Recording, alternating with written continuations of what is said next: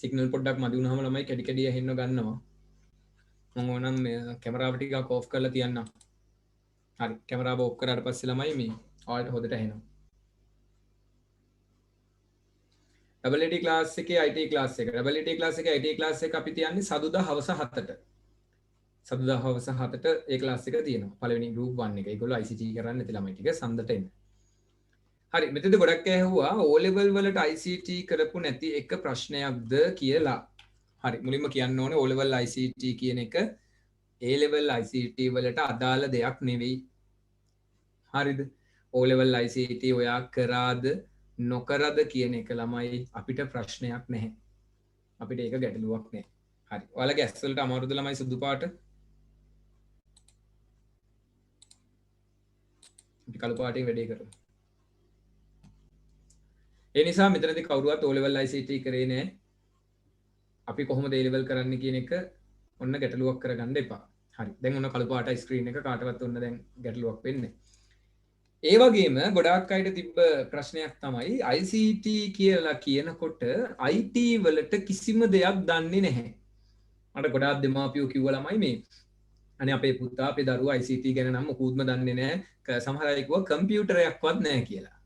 ඉතින් ICT කරගන්න පුළුවන්ද කියලා ඇහුවා මගෙන්. කම්පියුටරයක් ඕනි නැහැ ICT කරන්න. කෝස් එකට නම් ඉතින් කම්පියුටරයක් ඕනි. ඒ වගේම ICT කරන්න ඔය ඔයගොල්ලෝ කතා කරන IT දැනුම අපි කියන IT කියලානේ ইনফরমේෂන් ටෙක්නොලොජි නේ. තොරතුරු තාක්ෂණික දැනුම ඕනිත් නැහැ. ඉතින් ළමයි දැනුම නැති හින්දානේ ICT කරන්න ඉන්නේ. ගණන් දන්නව නම් ගණන් පන්ති යන්න ඕනියේ. නේද? දැන් දන්නේ නැති හින්දානේ මේ එන්න හදන්නේ. ඔයා තොරතුරු තාක්ෂණය ගැනවත් කම්පියුටර් ගැනවත් මොකක්වත් දන්නේ නැහැ. ඉතින් දන්නේ නැත්තම් එන්න. අපි මුල ඉඳලා හදලා ගමු. හරිද? එහෙනම් මතක තියාගන්න ළමයි ICT එක්ක O level වල සම්බන්ධයක් නැහැ. දැන් ඔයා A level බයෝ කරනවා නම් O level වලට බයෝ කියලා සබ්ජෙක්ට් එකක් නැහැනේ. නේද? A level වලට මැත්ස් කරනවා නම් O level වලට තියෙන්නේ මේ පොඩි පොඩි ගණන් ටිකක්. ඒ ගණන් ටික A level ගණන් වල නැහැනේ. ඉතින් O level සබ්ජෙක්ට් සහ A level සබ්ජෙක්ට් පටල ගන්න යන්න එපා. සබ්ජෙක්ට් දෙකේ නම් දෙක එකක් වුණාට. දැන් ඔයාලා EP කරනවා. SFT කරනවා.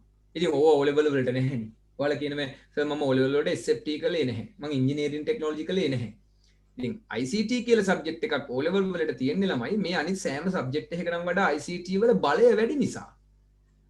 කෙනෙක් A level ICT කරන්නේ නැත්නම් එයාට O level වලදී ICT කරලා ඒ දැනුම ලබා ගන්න පුළුවන්. O level වලට ICT කරපු කෙනෙක් A level වලටත් ICT කරනවා නම් එයාට ඒ දැනුම ඩබල්. දැනුම ඩබල් වෙනවා. ඉතින් ඒකට O level ICT කරපු ළමෙක් ඉන්නවා නම් එයාට ළමයි ලොකු ඔපචුනිටි එකක් තියෙනවා A level ICT කරන එකේ. ඉතින් මේ තියෙන ප්‍රශ්නේ නිසා ළමයි කවුරුවත් ප්‍රශ්නයක් විදිහට ගන්නේ නැතුව අපි හරි රිලැක්ස් එකේ මේ වැඩේ කරගෙන යමු. මොකද මම ඔයාලට මේක මුල ඉඳලම කරනවා. ඉතින් ඒ නිසා මුල පාඩම් එකක්වත් මිස් කරගන්න එපා. මොකද මුල පාඩම් ටික මිස් වුණොත් ළමයි අග පාඩම් ඔක්කොම හැලෙනවා. හරිද? එතකොට ඔයාලගේ ටියුට් එකේ අන්තිමට මම දාලා තියෙනවා ඔයාලගේ සිලබස් එක පිළිබඳ විස්තර. හරිද? අපි චුට්ටක් ටියුට් එක බලමු. සිලබස් එක චුට්ටක් බලමු ඉස්සෙල්ලාම ළමයි දැන් අද පළවෙනි දවසනේ අපේ. එතකොට ඔයාලා හැමෝම තමන් ඉගෙන ගන්න සිලබස් එක ගැන පොඩ්ඩක් දැනගන්න ඕනේ. හරිද? නිකන් ආවට ගියාට මේක ඉගෙනගෙන හරියන්නේ නැහැනේ. හරි. මේක තමයි ටියුට් එක ඔයාලට මම දීපු. එතකොට මේ ටියුට් එක ළමයි ඉංග්‍රීසි මීඩියම් සිංහල මීඩියම් දෙකටම නිර්මාණය කරලා තියෙන්නේ. එතකොට මීඩියම් දෙකෙන්ම ළමයිට පන්තියේ ඉන්න පුළුවන්. කාටවත් ගැටලුවක් වෙන්නේ නැති ආකාරයට සිංහල මීඩියම් වලට තමයි මුල් තැන දීලා තියෙන්නේ. මොකද අපිට බහුතරයක් ළමයි ඉන්නේ සිංහල මීඩියම්. ඒ නිසා සිංහල මීඩියම් වලට මුල් තැන දීලා තියෙනවා. ඉතින් අර ගොඩාක් O level වල ඉඳලම පොඩි කාලේ ඉඳලම ඉංග්‍රීසි මීඩියම් කරගෙන ආපු ළමයි ඉන්න නිසා ඒගොල්ලන්ටත් මේක ફોකස් කරලා තියෙනවා. ඒතර ෆුල් ඉංග්‍රීසි මීඩියම් ක්ලාස් එකක් නෙවෙයි. කාට හරි ෆුල් ඉංග්‍රීසි ක්ලාස් එකක් හොයාගෙන නම් මෙතෙන්ට ආවේ කවුරු හරි කෙනෙක්. මම මේ කතා කරන ඒවත් කතා කරන්න ඕනේ ඉංග්‍රීසියෙන් නම් එයාට මේ පන්තිය හරියන්නේ නැහැ ළමයි. ඔයාට වෙන පන්තියක් එහෙනම් හොයන්න වෙනවා. මොකද මම සිංහලෙන් සමා කතා කරන්නේ පැහැදිලි කිරීම ටික ඔක්කොම මේ විදිහටයි යන්නේ. ටියුට් එකේ නෝට් එකේ අපිට මේක භාෂා දෙකෙන්ම තියෙනවා. මොකද සමහර ළමයි ඉන්නවා ඉංග්‍රීසියෙන්ම කතා කරන්නත් ඕනි සිංහල වචනයක්වත් තියෙන්න බෑ. එහෙම ඉංග්‍රීසි මීඩියම් පන්තියක් නෙවෙයි. මම දන්න විදිහට එහෙම පන්ති නුගේගොඩ නම් තියෙනවා. හරි. එතකොට මේ විදිහට අපේ ටියුට් එකට මම ඔයාලට මුලින්ම මේ අන්තිම පිටුවට ළමයි මේ විස්තර ටික දැම්ම ටිකක්. අනිත් දේවල් ගැන මම පස්සේ කියන්නම්. මේ විදිහට මම පේපර්ස් පවා දාලා තියෙන්නේ මෙන්න මෙහෙම. ඒක දාලා තියෙන්නේ එක් ඒකකයේ සඳහා යෝජිත කාලච්ඡේද ගානත් එක්ක. ඒතකොට මේක අධ්‍යාපන දෙපාර්තමේන්තුව විසින් ඔයාලගේ පාසලට දෙන ළමයි ඔයාලගේ සම්පූර්ණම 12 වසර 13 වසර අපේ ICT විෂය තුල තියෙන පාඩම් 14 14 කිව්වට පාඩම් 14ක් නෑ 14 වෙනි එක ළමයි ව්‍යාපෘතිය ප්‍රොජෙක්ට් එකකින් ඔය ව්‍යාපෘතිය කවුරුත් කරන්නේ නැහැනේ එතකොට ඕගලන්ට මෙතන තියෙනවා ළමයි පාඩම් 13ක් කාලච්ඡේදත් එක්ක පීරියඩ් එක. එතකොට අපි අද පටන් ගන්න යන්නේ පළවෙනි පාඩමනේ. තොරතුරු හා sannivedana තාක්ෂණය පිළිබඳ සංකල්ප concept of ICT කාලච්ඡේද ගණන 28යි. ඒ කියන්නේ පීරියඩ් එකකට විනාඩි කීයක් තියෙනවද? කොබන්ඩ් ඒක දන්න අය. පීරියඩ් එකකට A level පීරියඩ් එකකට විනාඩි කොච්චර තියෙනවද? මම කිව්වා අපි කතා කරමු. මැසේජ් කරමු පන්ති පැයකමාරයි එහෙමද සුමේෂ් කියනවා විනාඩි 80යිලු තවත් උත්තර තියෙනවද දැන් මේක දැනගෙන ඉන්න එපා පුන්සිත් කියනවා විනාඩි 40යි හරි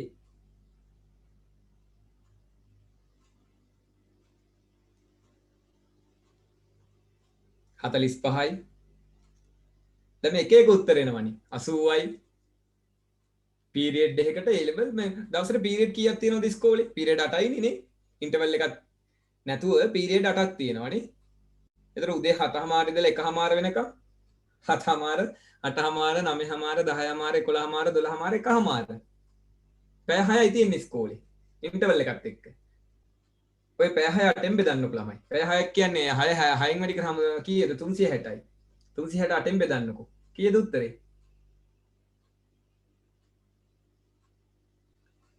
45යිනේ ඒ අර ඉන්ටර්වල් එකට අඩු කරාම පීරියඩ් එකකට ලැබෙන්නේ විනාඩි 40යි කවුද අර වාගේ ඩබල් පීරියඩ් තියෙන A level වලදී A level වලදී ඩබල් පීරියඩ් තියෙන නිසා පීරියඩ් දෙකටම විනාඩි 80ක් ලැබෙනවා නමුත් එක කාල පරිච්ඡේදයක් කියන්නේ විනාඩි 40ක් හරි නේද එතකොට මෙන්න මේක ටියුට් එක ගත්තට පස්සේ බලන්න පුළුවන් ඔයාලට ළමයි මේ පාඩම් වලට විනාඩි 40 ගානේ කොච්චර ලොකු කාලයක් ඕනිද දැන් අපි මෙතනදී දල වශයෙන් පීරියඩ් 28ක් නේ තියෙන්නේ පීරියඩ් 30ක් කියලා ගත්තොත් 30 වැඩි කිරීම 4 120යිනේ එතකොට ළමයි මෙතනදී විනාඩි 1200ක් මිනිත්තු 1200ක් එතකොට මිනිත්තු 1200ක් කියන එක අපි 60න් බෙදුවොත් එහෙම අපිට පැය ගාන බලා ගන්න පුළුවන් එතකොට 60න් බෙදුවාම 0.0 කකුණාම 120 120 2න් බෙදුවාම 6න් බෙදුවාම 2යි එතකොට අපිට 20යි පැය 20ක් පැය 20ක් අපිට ආසන්නම වශයෙන් උගන්වන්න වෙනවා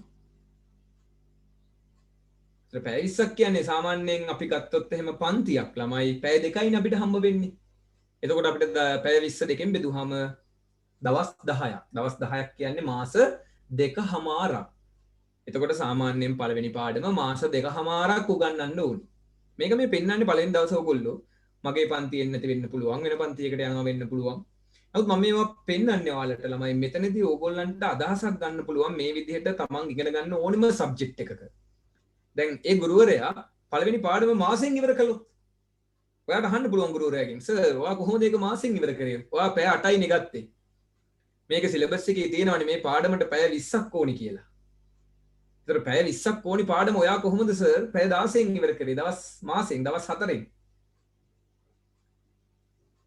එතකොට ඔයාට අන්නේ විදිහට තමයි මේක ගැන අවබෝධයක් ඇති කරගන්න පුළුවන් ඒ වගේ තමයි දැන් සමහර පාඩම් තියෙනවා මේ බලන්න පැය 68ක් පැය 74ක් sorry පීරියඩ් 74ක් උගන්වන්න තියෙනවා කාල පරිච්ඡේද 74ක් කාල පරිච්ඡේද 50ක් ඒත් සමහර පාඩම් තියෙනවා කාල පරිච්ඡේද 12යි 15යි මේ අන්තිම පාඩම් තුන ළමයි හරිම පොඩි පාඩම් ඉතින් මේ තියෙන්නේ ඕගොල්ලන්ගේ සිලබස් එකේ තියෙන පාඩම් 13 ඔය පාඩම් 13 ළමයි අපි බෙදනවා මෙන්න මේ විදිහට ඔයාලගේ 12 වසරට තියෙන්නේ පාඩම් 5යි 12 වසරට පාඩම් 5යි 13 වසරට තමයි ළමයි ඉතුරු පාඩම් ටික තියෙන්නේ 6 ඉඳලා 13 වෙනකම්ම ඔන්න ඕගොල්ලන්ට පාඩම්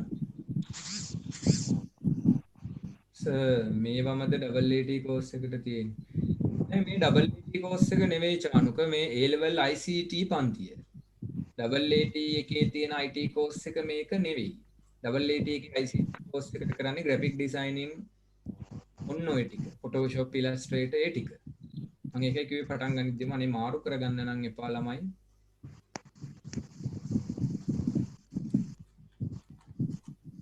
හරි එයාලා ඉන්නම නම් ඉඳලා බලා ගන්නත් සබ්ජෙක්ට් එක ගැන ඔයාලට කොමර්ස් එක ICT කරන්න පුළුවන්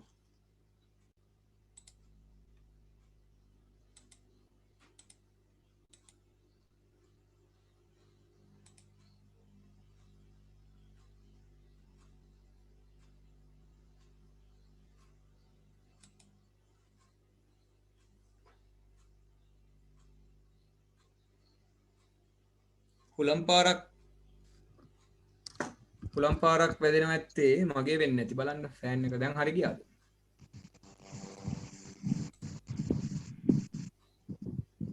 ඒ හුලම් පාර නම් මගේ නෙමෙයි හරි ඒක හරි මම කැමරා ඔෆ් කරේ ඔයගලන්ට කැඩි කැඩි එන හින්දා රයිට් එහෙනම් ඔන්න දැන් අපි අදහසක් ගත්තා ළමයි මම ආයෙ මෙතන ලියලා පෙන්නන්නම්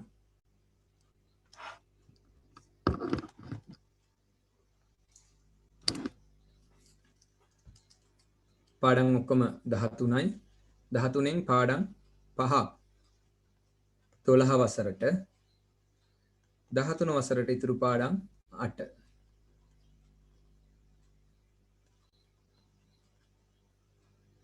හරි ඔය විදිහට තමයි ළමයි ICT වල පාඩම් 13 හැදිලා තියෙන්නේ. ඒතර බලන්න පාඩම් 13යි. ඒවල් අනිත් විෂයන් ගත්තොත් එහෙම ඒවත් මේ විදිහට පාඩම් කීයක් තියෙනවද කියලා බලා ගන්න. හරි. දැන් ඔයාලට මම මේක තව ටිකක් සරල කරන්නයි යන්නේ. මෙතන දැන් ළමයි පාඩම් ටික ගත්තොත් පළවෙනි පාඩම ළමයි මේ තොරතුරු හා sannivedana තාක්ෂණය කියන්නේ මොකක්ද? දෙවෙනි පාඩම ළමයි පරිගණකයේ හැදින්වීම. කම්පියුටරයක් කියන්නේ මොකක්ද? ඒක ඉතිහාසය, හිස්ටරි එක. මේ මොනවද? දත්ත නිරූපණය, data කියන්නේ මොනවද? එතන අපි එතනදී number system ගැන ඉගෙන ගන්නවා. ඊගට ආංකිත පරිපත, logic gate, ඊගට computer වල OS, operating system, Windows, Android, Linux. මෙන්න මේ වගේ ඒවා මොනවද? හරිද? අන්න ඔය ටික තමයි මේ තියෙන්නේ. හරි. මම මෙතනදී මෙන්න මෙහෙම පැහැදිලි කරන්නම් ඕගොල්ලන්ට. ළමයි මෙන්න මෙහෙමයි A level paper එකේ හැදෙන්නේ. A level paper එකේ ළමයි හැදෙන්නේ මෙන්න මේ විදිහට MCQ ප්‍රශ්න 50කින්.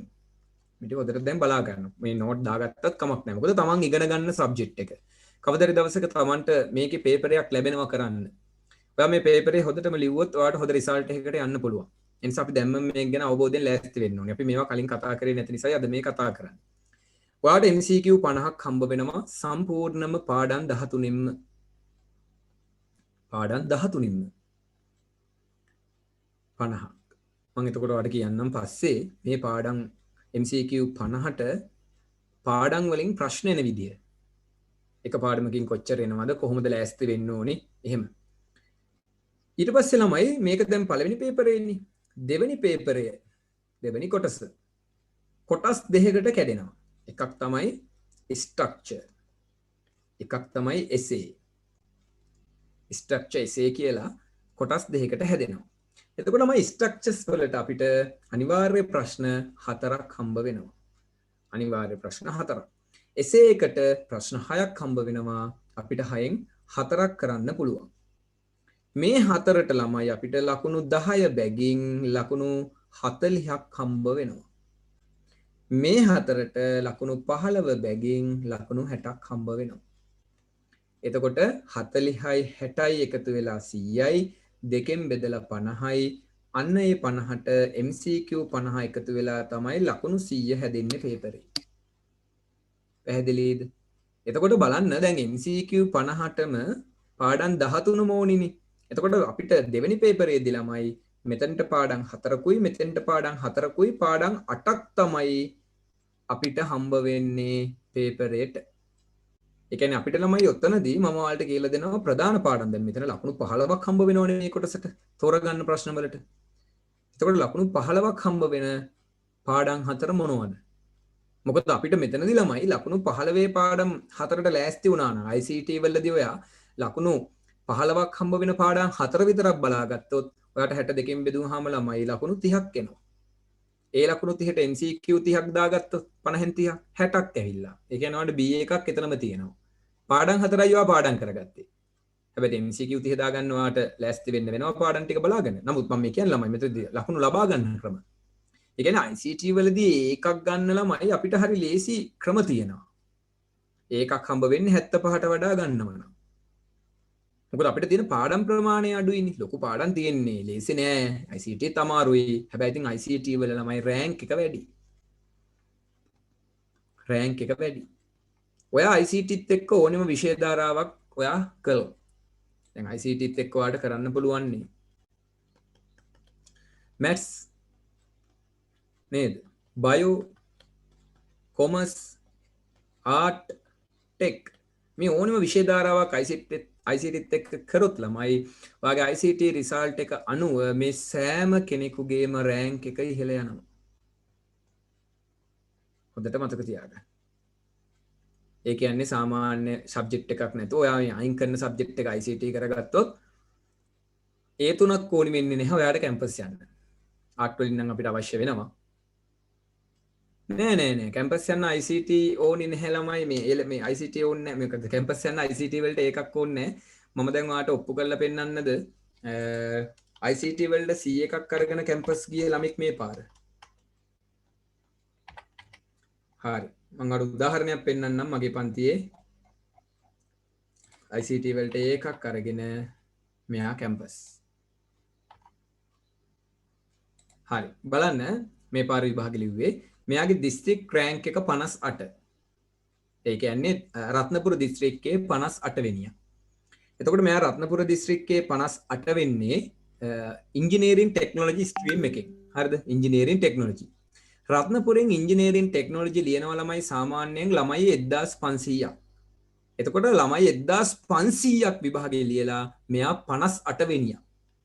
ලංකාවෙන්ම ඉංජිනේරින් ටෙක්නොලොජි ලියනවා සාමාන්‍යයෙන් පළවෙනි පාර දෙවෙනි පාර ළමයි 16000ක්. ලංකාවෙන්ම ඉංජිනේරින් ටෙක්නොලොජි ලියනවා 16000ක්. එතකොට මෙයා 16000කින් ලංකාවෙන්ම 796. දැන් හොඳට බලාගන්න මේ හොදේ මේ අයිඩියා එක ගන්න ඒකයි මම කියනවා ICT ගැන ගොඩාක් ගුරුහරු ඉතින් අනිත් පැත්තට කතා කරනවා ඒගොල්ලන්ගේ සබ්ජෙක්ට් වලට ළමයිව ගන්න ඕනේ හින්දා. නමුත් අපි කතා කරන්නේ ඇත්ත. කළා නොකළා ඇත්ත. එතකොට ළමයි දැන් මෙයා එහෙනම් ලංකාවෙන්ම 16000කකින් 796 රත්නපුරෙන් 1500කකින් 58. හරි. ඕකත් එක්කම මේකත් බලාගන්න මේක මම ඕගොල්ලන්ට කල් තියාම එවලා තිබ්බා. මෙතන බලන්න ඉංජිනේරින් ටෙක්නොලොජි වලින් ලංකාවෙන්ම කී දෙනෙක් ගන්නවද කියලා. හරි. ඉංජිනේරින් ටෙක්නොලොජි වලින් ලංකාවෙන්ම ගන්නව ළමයි 940ක්. ඉංජිනේරු තාක්ෂණ වේදයේ යෝජිත මුළු ප්‍රවේශ සංඛ්‍යාව ලංකාවෙන්ම 940ක්. එතකොට ලංකාවෙන්ම 940ක් ගන්නව නම් මෙතන ළමයි ලංකාවෙන්ම 796 රෑන්ක් එක තියෙන ළමයාට යන්න පුළුවන් නේද කැම්පස්? හරිද? ඒක ආයිදාන්නකෝ කියන්නේ මේ කොයිකද මේකද? ඒක කියන්න එපා. දැන් මෙතන ET කරන ළමයි ඉන්නවා නම් විතර මේ උදාහරණය මම ගත්තේ. ඔයගොල්ලෝ මේ අහපු දෙයට. දැන් මෙයාගේ රිසල්ට් මොන වගේ ඇද්ද? දැන් මේ කැම්පස් යන්න පුළුවන් වෙච්ච රත්නපුර දිස්ත්‍රික්කයේ 58 වෙනියා ගේ රිසල්ට්. මොන රිසල්ට්? ICT වලට C එකක් තියෙන්නේ. ICT වලට C එකක් හොඳට මතක තියාගන්න. ET වලට B, science SFT වලට B. එහෙනම් B2යි C එකක් අරගෙන ළමයි ඉංජිනේරින් ටෙක්නොලොජි වලින් කැම්පස් යනවා.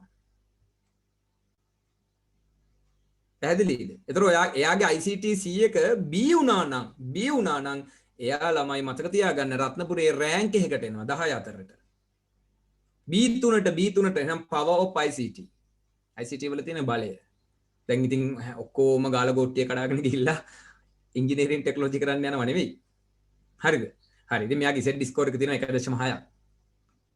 හරිද? ඉතින් කැම්පස් බුක් එක ආවට පස්සේ තමයි ඉතින් අපිට මේ දේවල් බලන්න වෙන්නේ මොන ඩිග්‍රියද ගන්න පුළුවන් කියලා. නමුත් මම ඔයාලට මේ දැනට පැහැදිලි කිරීමක් කරේ අයිලන්ඩ් රෑන්ක් එකක් එක්ක සංසන්දනය කරලා ළමයි. ඉතින් ඕවා වෙනස් වෙනවා. හරිද? කැම්පස් බුක් එක ආවහම ළමයි කැම්පස් යන එක නොයන එක මත මේ ඔක්කොම වෙනස් වෙනවා. ඉතින් අපිට මේ කොයි රිසල්ට් එක ගත්තත් දැන් මේ B2යි C එක මෙහෙම ගත්තට Z එක අඩු නම් Z එක අඩු ළමයි ඕඩි තරම් ඉන්නවා. දැන් මගේ තව ළමෙක් ඉන්නවා B2යි C එක කැම්පස් යන්න බෑ. එයා ලංකාවේ 1000 ගානක්. එයා රත්නපුරේ 100 ගාන. නමුත් මේ B2යි C එක මෙයාගේ තියෙන ළමයි ඒකට ආසන්නව.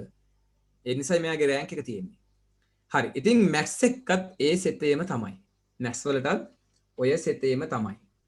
හරිද? මැත්ස් වලත් රිසල්ට් තිබ්බා.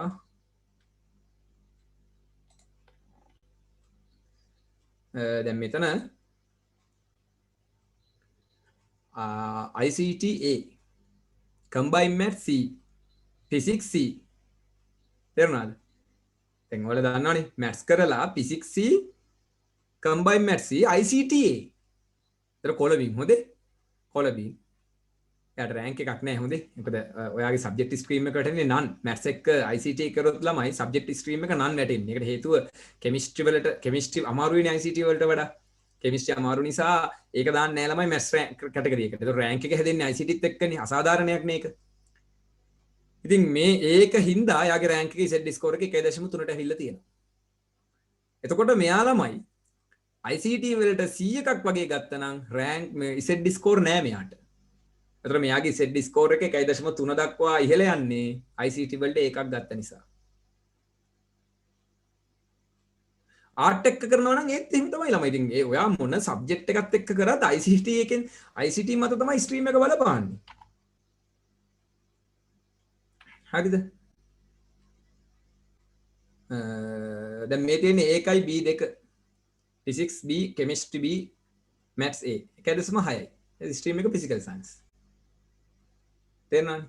ඉතින් chemistry B වෙන එක ICT B වුණා නම් ඒත් ඔය සිතේම තමයි.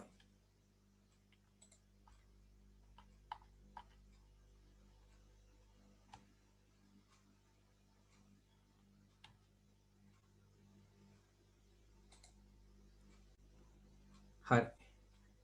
I think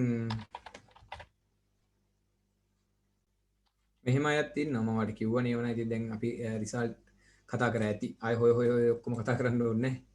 හරි. ආර්ට් එක කරත් එහෙම තමයි. ආර්ට් එක කරොත් නම් චුට්ටක් අමාරුයි. හරිද?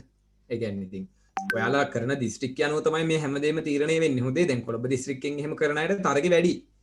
හරිද? කොළඹින් කරන ප්‍රමාණය වැඩිනේ. මම ඔයාලට ඇනලයිස් බුක් එක දාලා ඇත්තේ. ඇනලයිස් බුක් එක ඉල්ල ගන්න මගෙන් ඇනලයිස් බුක් එක බලන්න. ඇනලයිස් බුක් එකේ තියෙනවා ළමයි ඔයත් එක්ක තර්ක කරන ප්‍රමාණය. මේ නගරින් කී දෙනෙක්ද මේ සබ්ජෙක්ට් එකට කී දෙනෙක්ද මේ විෂය කරන කී දෙනෙක් ඉන්නවද? හරිද? ඉතින් මේ දේවල් එක්ක ඕගොල්ලෝ අවබෝධයෙන් යන්න. ඒක ගෲප් එකේ ඔව් මම දාලා තිබ්බේ. මේ නැති කට්ටිය ඉල්ලන්න මේ මෙන්න මේ ඇනලයිස් බුක් එක 2019 එක මම දාලා ඇති. මේ තියෙන 2019 ඇනලයිස් බුක් එක. එතකොට මේ බුක් එක බලලා ඔයගලන්ට තීරණය කරන්න පුළුවන් මේ අදාළ නගර වලින් කරන ප්‍රමාණය. හරි. ආර්ට් එකයි සිටි කරත් හොඳයි. අවුලක් නැහැ. හරි. ඉතින් මම ওই ටික මේ කල්තියාම ඔයගලන්ට කතා කරලත් මම කලින් මේවා පැහැදිලි කරලා තිබ්බා. ඒ ඔය රෑන්ක් එකේ සුප්‍රි ස්කෝර් එක කොහොමද නිර්මාණය වෙන්නේ කොහොමද ඒවා හැදෙන්නේ කියලා. හරි. ඉතින් ඕගොල්ලන්ට මෙතනදී තියෙන්නේ Tamanට කොහොම හරි ගන්න පුළුවන් උපරිම ලකුණු ප්‍රමාණය ICT වලින් ගන්න. හරිද? ඒ කියන්නේ ICT වලට එකක් අරගෙන අනිත් දෙකට C2 ගත්තත් ඔයාට ගමනක් තියෙනවා. මේකට එකක් කරන් B2 ගත්තත් ගමනක් තියෙනවා. මේ දෙකට A2 අරගෙන මේකට C1 ගත්තත් ඔයාට ගමනක් තියෙනවා. මොකද මම ඔයාට පෙන්නවා ET වලින් මේ පාර C1යි B2ට ගමනක් තිබ්බේ කොහොමද කියලා. එතකොට එයාට මේ දෙක A2ක් වුණා නම් ඒත් ගමන ලොකුයි. එහෙනම් මේ දෙක B2ක් තියෙද්දි C1 A1ක් වුණා නම් ඒත් ගමන ලොකුයි. කොහෙන් ගියත් මේක තරාදියක් වගේ හැම වෙලෙම බැලන්ස් වෙනවා. ICT උඩ ගිහින් අනිත් දෙකේ යට ගියත් බැලන්ස්, අනිත් දෙක උඩ ගිහින් ICT යට ගියත් බැලන්ස්. ඔක්කොම උඩ ගියොත් හොදටම හොඳයි. එහෙනම් ළමයි රෑන්ක් එකක් දාන එක හරි ලේසි අපිට මේ සබ්ජෙක්ට් එකෙන්. ඉතින් ඔය ටික තමයි ළමයි අපේ දැන්ට සාමාන්‍ය පැහැදිලි කිරීම. ඉතින් ICT සබ්ජෙක්ට් එකට ඉතින් මොකුත් කියන්න එපා කවුරුත්. ඉතින් මම නම් කැමති නෑ මොකුත් කියනවට. මම උගන්වන හින්දා නෙවෙයි ICT. මම ICT උගන්වන්න ආවේ මේ ICT ගේ සබ්ජෙක්ට් එක තිබ්බ හින්දා නෙවෙයි ළමයි. ICT කියන එක පොඩි කාලේ ඉඳලම මම ඉගෙන ගත්ත සහ මම දන්න මම ඒක ඉගෙන ගත්ත මිනිස්සෙක් විදිහට තමයි ඉතින් මම ඒකට ගරු කරන්නේ. ඉතින් අපි තමන් ඉගෙන ගන්න තමන් දන්න දෙයට ගරු කරන්න ඕනේ.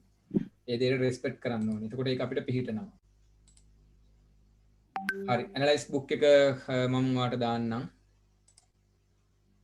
අනිත් පැයටත් ඕනි කට්ටිය මගෙන් ඉල්ල ගන්න. ඉතින් ඒවා ඩවුන්ලෝඩ් කරගන්න පුළුවන්. 2020 ඇනලයිස් බුක් එකත් අපි ගමු.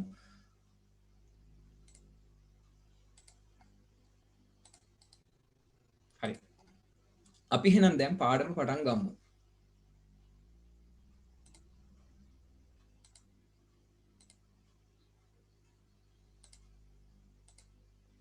එතකොට අද අපේ පළවෙනි පාඩමනේ මම මේකේ අනිත් දේවල් ඕගොල්ලන්ට ඉස්සරහට යද්දි කියලා දෙන්නම් ළමයි. දැන් නැත්තම් අද බුක් එක ඕනි කට්ටිය මට මැසේජ් එකක් දාන්න. හරිද? මොකද නැත්තම් ළමයි දැන් අපිට එපා වෙනවනේ බෝරින් වෙනවනේ අපිට අද ඉගෙන ගන්න තියෙන වෙලාවේ මේ අනවශ්‍ය දේවල් කතා කරන එක. ඉතින් අපි පළවෙනි පාඩමින් වැඩේ පටන් ගමු.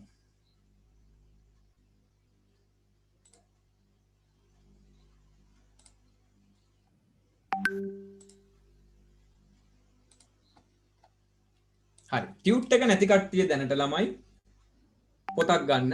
A level වලදී ළමයි මේ චූටි පොත් නම් ගේන්න එපා. කොටු රූල් පොත් ගේන්න එපා. CR පොතක් තියාගන්න කරුණා කරලා. හොදේ ළමයි. නැත්තම් අනේ චූටි පොත් තියාගෙන ළමයි එනවා ඊට පස්සේ ඉතින් තරහ යන එක තමයි වෙන්නේ අපිට. මොකද දැන් පන්ති පටන් ගන්නවනේ ඉස්සරහට. දැන් අද හැමදාම මෙහෙම තියෙන්නේ නැහනේ. පන්ති පටන් ගත්තට පස්සේ මේ පොත අරන් එන්න එපා. ඉතින් ඒ නිසා දැනට තියෙන පොතේ දැනට ලියා ගන්න. හරිද? මේ පස්සේ ඔයාලා CR පොතක් ගන්න. හරි. ඔන්න ඇනලයිස් බුක් එකත් ඉල්ලපුවට යවුවා. හරි. ඕවා පන්ති උරුණාම ඉල්ල ගන්න ඒවා ඉල්ල ගන්න ළමයි හොදේ. ඉතින් දැනට ටියුට් එක නැති කට්ටියට ඔය විදිහට යන්න පුළුවන්. ළමයි මම මේ පාටින් හිස්තැන් තියලා තියෙන්නේ ලියා ගන්න. හොඳේ. නෝට් ලියන්න තමයි මෙහෙම දීලා තියෙන්නේ. මම ඉරි ගහලා නැත්තේ ළමයි. එක එක ළමයිගේ අත් අකුරු එක එක සයිස්. මම ඉරි තිබ්බොත් වෙලාවකට ළමයි ඕගොල්ලන්ට නෝට් එක ලියා ගන්න ඉඩ නැහැ. ඒත් ඔයා චූටියටද ලියන්නේ, ලොකුවටද ලියන්නේ, මහතටද ලියන්නේ මම දන්නේ නැහනේ. එතකොට ඕගොල්ලන්ට මෙතන කැමති විදිහකට ඉඩ හදාගෙන ලියා ගන්න. ඉතින් මෙතනදී ඉරි නෑ කෙලින් ලියන්න බෑ කිව්වොත් එහෙම ළමයි අනේ මේ A level වලටත් ඇවිල්ලා කෙලින් ලියා ගන්න බැරි නම් A level කරන්න එපා. හරිද? හරි. මොකද A level කියන්නේ ළමයි තනි පෑනින් ගේම ගහන විභාගයක්. මේ වෙලාවේ පාට පෑන් අඩි රූල් අරව මේව තියාගෙන බබාලා වගේ වැඩ කරන්න බෑ. වැඩමයි A level වලට එනවා නම් ළමයි මතක තියාගන්න අදින් පටන් ගත්ත මේ ගමන එක දිගටම අල්ලගෙන එකම ශක්තියකින් කරන් යනවා කියන අදිෂ්ඨානයෙන්ම මේක පටන් ගන්න. O level වගේ නම් මේක ළමයි එහෙම දෙපැත්තට වෙනි hina වෙවි ආතල් ගන්න විෂයක් නෙවෙයි. ඒ නිසා විෂයන් තුනටම එක විදිහට මහන්සි වෙන්න ඕනි. එක විෂයකටවත් වැඩිපුර කියලා වෙනම දෙන්න බෑ. තුනටම සමානව මහන්සි වෙන්න ඕනි. A level වලදී ළමයි එකක් හරි සබ්ජෙක්ට් එකක් ෆේල් වුණොත් ඔයා මුළු විභාගෙම ෆේල්. දැන් O level වල එකක් ෆේල් කියලා ගැටලුවක් නෑනේ ප්‍රධාන විෂයන් පාස් නම්. A level වල එහෙම බෑ. තුනම පාස් වෙන්න ඕනි විභාගේ පාස් වෙන්න නම්. ඒක ඇනලයිස් බුක් එකේ හොද්දට තියෙනවා බලන්න A level ලිව්වොත් කී දෙනෙක් ෆේල් වෙනවද කියන ඒවා තියෙනවා දත්ත සහිතව වාර්තා හැම අවුරුද්දකම. ඒ නිසා විෂයන් තුනට මේක හා සමානව මහන්සි වෙනවා කියලා අනම්මනම් අනවශ්‍ය වැඩ ඔක්කොම නතර කරලා මේ වැඩේ හරියට කරගෙන යනවා කියලා ළමයි අදිෂ්ඨානයෙන් පටන් ගන්න. මොකද හැම වෙලේම මට වැඩ කරපන් කිය යන්න බෑ. ගොඩක් ළමයි A level පටන් ගත්තාම හොදට ලස්සනට වැඩ කරනවා. ලකුණුත් හොදට ගන්නවා. හැබැයි අන්තිම කාලේ වෙනකොට ළමයි කඩාගෙන වැටෙනවා.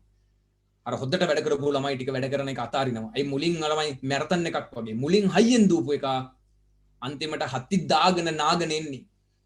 මුලින් හිමින් පටන් අරගෙන දෙපැත්ත බලාගෙන පිළිවෙලට වැඩේ කරගෙන ආපු එක ළමයි රේස් එකේ අන්තිම වෙනකන් එකම වේට් එකෙන් ගමන යනවා. ඔයගොල්ලෝ දැකලා ඇතිනේ මැරතන් එක පටන් ගත්තාම මුලින්ම හයියෙන් දුවන්න පුළුවන් මීටර 100 ඕනි කෙනෙක්ට. ඒකට යා මුලින් එකට ඉදී. හැබැයි අන්තිමට යාට මොකද වෙන්නේ කියන එක ඔයාලට තේරෙනවනේ. ඒ නිසා මෙතනදී හැම මුලින් හයියෙන් දුවනුම් මට ඕනේ නැහැ. හැමෝම එකම වේගෙන් හුස්ම අල්ලගෙන දුවා ගන්න පුළුවන් අය යෝනි. එහෙම නැතුව මුලින් බොරුලා ඉඳාගෙන ලොකුලා ඉඳාගෙන කට්ටියට පේන්න හයියෙන් දුවලා අප්පුඩි ගහගෙන නේද? පළවෙනි කිලෝමීටර 3-4 ළමයි සතුටු වෙලා වැඩක් නැහැ නේ. ඒ කියන්නේ ඒගොල්ලෝ අන්තිමට අනිවාර්යෙන් හැලෙනවා. අන්තිමට මැරතන් එක ඉවර කරලා දිනන්නේ හිතා ගන්නවත් බැරි වෙච්ච මිනිස්සු. ඒ නිසා එහෙම නිකන් රූකඩ දක්ෂයෝ අපිට ඕනේ නැහැ. හරියට වැඩේ කරගෙන යන අය තමයි ඕනේ. හරි මම මේ ඉන්න ICT group එකට මේකපාර මේක දාන්න. එක එක්කෙනා ඉල්ලනවා. එතකොට කරදරයක් නැහැනේ. හරි 2018 එකත් ඔය නම් තියෙනවා.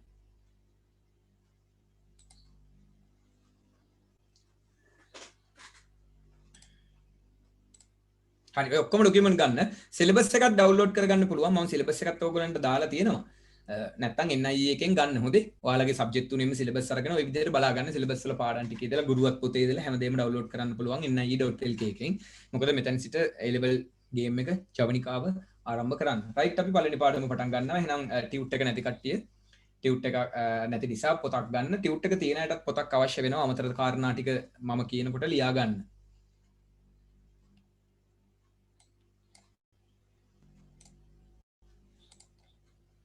හරි මම වයිට් බෝඩ් එකයි නෝට් එකයි මේ විදිහට දෙකම එකට තියාගෙන වැඩේ කරන්නම්. දැන්ට මේකෙන් බලා ගන්න.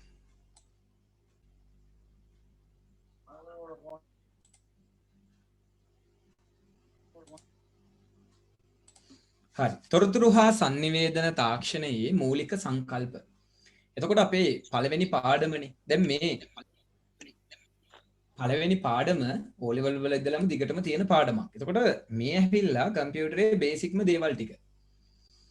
එතකොට දැන් මේ පාඩමට එනකොට ළමයි දැන් ගොඩක් අයට හිතෙන්න පුළුවන් ICT කිව්වට පස්සේ හරිද?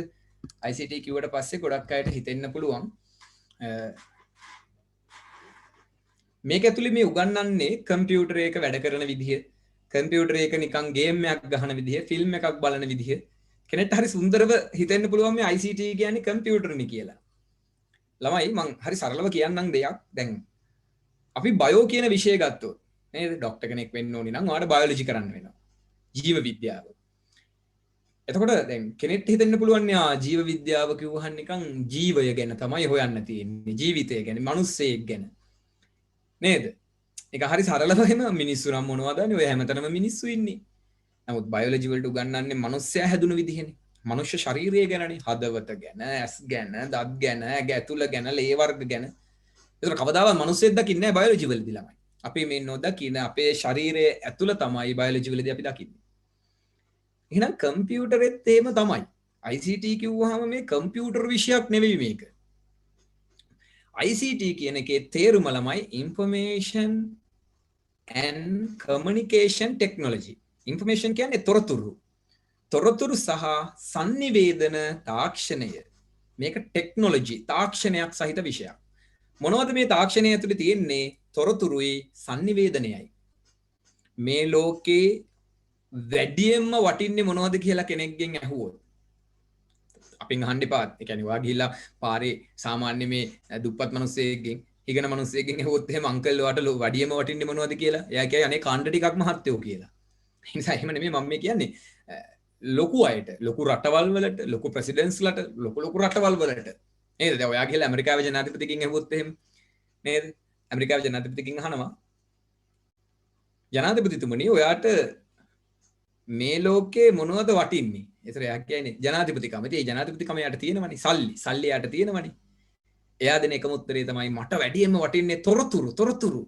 මට කියන්න රුසියාව ගැන තොරතුරු. මට කියන්න කොරියාව ගැන තොරතුරු. දකුණු කොරියාව. නේද? මට කියන්නේ චීනේ ආයුධ ගැන තොරතුරු. රුසියාවේ ආයුධ ගැන තොරතුරු. මට කියන්න තොරතුරු තමයි මට වටින්නේ. මේ ලෝකේ ළමයි මිනිස්සුන්ට ඕනි තොරතුරු. තොරතුරු තියෙනවා නම් ළමයි අපිට මොනවද කරන්න බැරි. ලෝකේ බලවතා Google. ලෝකේ බලවතා Google වෙබ්සයිට් එකේ ළමයි බලවතා Google මොනවද නොදන්නේ? ඔයාගෙන Google මොනවද නොදන්නේ? එහෙනම් Google එක ගාව තියෙන්නේ හැමෝගෙම තොරතුරුනේ. ඒ කියන්නේ Google එකට හැමෝම බය. ඔයාලා හැමෝගෙම හැම දෙයක්ම Google ගාව තියෙනවා. එහෙනම් Google එක ගාව තියෙන්නේ තොරතුරු. මාර්ක් සකර්බර්ග් ලෝකේ 3 වෙනි කෝටිපතියා. මාර්ක් සකර්බර්ග් ගාව තියෙන්නේ මිනිස්සුන්ගේ තොරතුරු. ඒ මිනිස්සුන්ගේ තොරතුරුනේ එයා ළමයි එහෙට මෙහෙට ෂෙයා කරන්න වෙබ්සයිට් එකක් හදලා තියෙන්නේ. එහෙනම් මේ තොරතුරු වලට ළමයි තාක්ෂණයක් තියෙනවා. ඒ වගේම ඒ තොරතුරු ඔයා ගාව තිබුණටවත් මං ගාව තිබුණටවත් වැඩක් නැහැ නේ ළමයි. නේද? මේ තොරතුරු මේ ইনফরমේෂන් කියන දේවල් ළමයි තමන් ළඟ තිබුණට කවදාවත් ඒක වටින්නේ නැහැ වෙන අයට. තමන්ට විතරයි වටින්නේ. එහෙනම් මේ ලෝකේ ඊගාවට හොයාගත්ත ළමයි කෙනෙක් ළඟ තියෙන තොරතුරක් තව කෙනෙක් ගාවට අපි කොහොමද sannivedanය කරන්නේ, කමියුනිකේෂන් කරන්නේ, කමියුනිකේට් කරන්නේ? එහෙම නැත්නම් ප්‍රවාහණය කරන්නේ? එක තැනක ඉඳලා තව තැනකට කෙනෙක්ගේ තොරතුරු ලංකාවේ තියෙන තොරතුරු ඇමරිකාවට ගෙනියන්නේ කොහොමද? තාක්ෂණය ඕනි මේකට. අන්න අපි මෙතනදී ඉගෙන ගන්නවා ළමයි තොරතුරු නිර්මාණය වෙන්නේ කොහොමද? ඒ තොරතුරු තව තැනකට අපි sannivedanය කරන්නේ කොහොමද? එතකොට මේවට තියෙන තාක්ෂණික මෙවලම් මොනවද? තාක්ෂණික ක්‍රමවේද මොනවද? ඔන්න ඔය ටික තමයි පළවෙනි පාඩමේදී ඕගොල්ලන්ට කියලා දෙන්නේ. දත්ත කියන්නේ මොනවද? දත්ත හැදෙන්නේ කොහොමද? ඒ දත්ත වලින් තොරතුරක් බිහි වෙන්නේ කොහොමද? ඒ තොරතුරු sannivedanය වුණේ කොහොමද? එහෙනම් ළමයි ලෝකයේම නිර්මාණය වෙලා තියෙන්නේ මෙන්න මේ තොරතුරු මත. ඇමරිකාවේ NASA ආයතනය කෝටි ගණන් ප්‍රකෝටි ගණන් වියදම් කරලා අභ්‍යවකාශයට ළමයි යානා යවනවා. මොකටද මේ අභ්‍යවකාශයේ තියෙන තොරතුරු ටික පෘථිවියට ගෙන්න ගන්න? දැන් පාත්ෆයින්ඩර් මේ දවස්වල කවුද අපේ මේ අගහරු යානාව අගහරු වල දැන් පරීක්ෂණ කරනවා. මේ දැනට විශ්වයේ එකම පළමු හෙලිකොප්ටරය අගහරු වල දැන් පියාඹනවා. නේද? ඒතර පර්සිවරන් රෝවරය මේ වෙනකොට විස්තර ටික අරගෙන එවනවා. එතකොට කෝටි ගණක් වේදම් කරපු කිලෝග්‍රෑම් 6ක පොඩි යානාවක් මේ අගහරු වල යවන්නේ. ඇයි මෙච්චර වේදම් කරන්නේ මේගොල්ලෝ? අගහරු වල තොරතුරු පෘථිවියට ගෙන්න ගන්න. දැන් අගහරු යානාවේ ළමයි පර්සිවරන්ස් රෝවරය තුල අගහරු වල තොරතුරු ඕනි තරම් තියෙනවා. අගහරු වල තොරතුරු ඕනි තරම් තියෙනවනේ. ඉතින් අගහරු වල ඉඳලා ඔය තොරතුරු පෘථිවියට ගෙන්න ගන්න පුළුවන් ද ළමයි ලේසියෙන්? වයර් එකක් ඇදලා ගෙන්න ගන්න පුළුවන්ද? එහෙම බෑ. එහෙනම් මේ අගහරු වල හැදෙන තොරතුරු ටික පෘථිවියට ගෙන්න ගන්න තාක්ෂණයක් ඕනි. අපි ඒකට කියනවා sannivedana තාක්ෂණය, communication technology. එහෙනම් අන්නේ ටෙක්නොලොජි එක මේ වෙනකොට ලෝකයේ පුරා පවතින නිසා නේද ළමයි මේ අභ්‍යවකාශයේ තනින් තනින් අගහරු වල වේවා හදේ වේවා හැම තැනකම තියෙන යානා පෘථිවියට තොරතුරු එවන්නේ. එහෙනම් මේ තොරතුරු එනකන් අපේ NASA ආයතනය බලාගෙන ඉන්නවා. ඒව එනකන් මිනිස්සු ඔක්කොම බලන් ඉන්නවා. අගහරු වල ජනාවාසි මේ ඉදි කරන්න අපේ එලෝන් මාස් බලාගෙන ඉන්නවා. එලෝන් මාස් ටෝනි අන්නේ තොරතුරු ඒ වෙනුවෙන් එලෝන් මාස් ළමයි කෝටි ගාණක් වියදම් කරනවා අර අභ්‍යවකාශ තොරතුරු යට ගෙන්න ගන්න. එහෙනම් හිතලා බලන්න අපේ මේ පාඩම ඇතුලේ තියෙන්නේ මේ නිකාම කම්පියුටරයක් කම්පියුටරයක් දිහා බලන් ඉන්න විතරක් නෙවෙයි ළමයි. අපි ඉගෙන ගන්න මේ පරිගණකයේ උපයෝගී කරගෙන සිද්ධ කරන තාක්ෂණික දේවල්. දැන් ඕගොල්ලෝ දන්නවා අගහරු වල යවන පර්සිවරන්ස් රෝවරය නේද? ඒ පර්සිවරන්ස් රෝවරය එතකොට අගහරු වල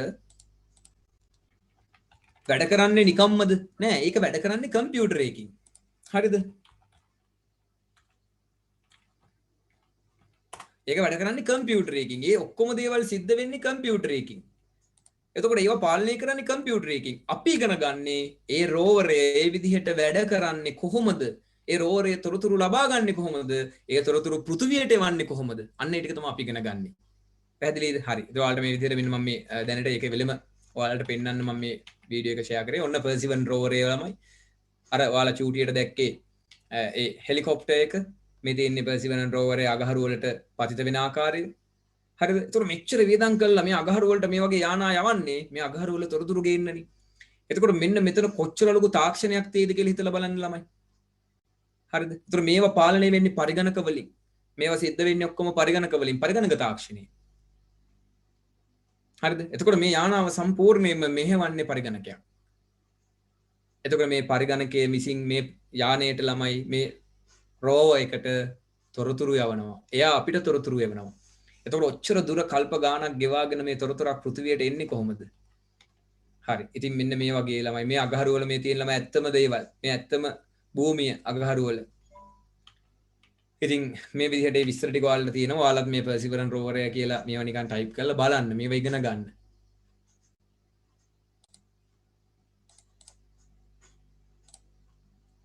හරි. එහෙනම් ඔන්න ඕක තමයි අපේ පාඩම. ඔන්න මම පාඩම පිළිබඳ පොඩි පැහැදිලි අවබෝධයක් අරන් දුන්නා ඔයාට. මේ තොරතුරු දත්ත සහ තොරතුරු වල මූලික තැනුම් ඒකකය සහ ඒවා ඒ ගති ලක්ෂණ. දත්තයි තොරතුරුයි කොහොමද හැදිලා තියෙන්නේ? Investigate the basic building blocks of information and their characteristics. විමර්ශනය. අපි ගති ලක්ෂණ විමර්ශනය කරනවා. මොන වගේද මේ තොරතුරු? මොන වගේද මේ දත්ත කියලා. හරි. පොඩි පැහැදිලි කිරීමක් තියෙනවා ලියා ගන්න. ඔතන පහලින් ලියා ගන්නයි තියෙන්නේ. අනිත් අය මාතෘකාව දාගෙන ඔය කොටස ලියා ගන්න. මෙන්න මේ පොඩි උදාහරණය මේක ගැන තියෙන පැහැදිලි කිරීම. ඒකට පවර් එක එන්නේ මේ අශයෙන් සෝලර් පවර්. හරිද? එයා පවර් එක ගන්න පර්සිවරන්ස් රෝවරේට සෝලර් පවර්. මොකද අගහරු වලට ඉර පායනවනේ. අගහරු වලට ඉර පායනකොට ඒ ඉරෙන් එන බලයෙන් තමයි එයා යාගේ බැටරි එක charge කරගන්නේ. ඉතින් එයාගේ තියෙන බැටරි එක අපේ මොබයිල් ෆෝන් බැටරි එකක් වගේ නෙවෙයි. ඒකේ රීචාර්ජබල් සයිකල් එක වැඩි. ඒ වගේම එයාගේ තියෙන බලය පවර් එක වැඩි. ඉතින් එයා යාගේ ළමයි සෝලා ඒ අදාළ පැතිවලට කරකවගෙන එයා හැම වෙලේම charge කරගන්නවා. රැට එයා ළමයි නිදා ගන්නවා. ආයි දවල්ට මොකද අගහරු කියන්නේ ඉතින් ගහක් කොලක් නැහැනේ. ඉර එළිය විතරමනේ තියෙන්නේ.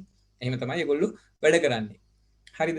ඉතින් දැන් ඔයාට ඔහොම කිව්වට ඔයා තව ටිකක් හොයලා බලන්න ළමයි 1980 ගණන් වලදී පෘථිවිය යවනවනේ Voyager 2 යානාව. Voyager 2 හොදේ. Voyager 2 කියන යානාව. එතකොට දැන් අවුරුදු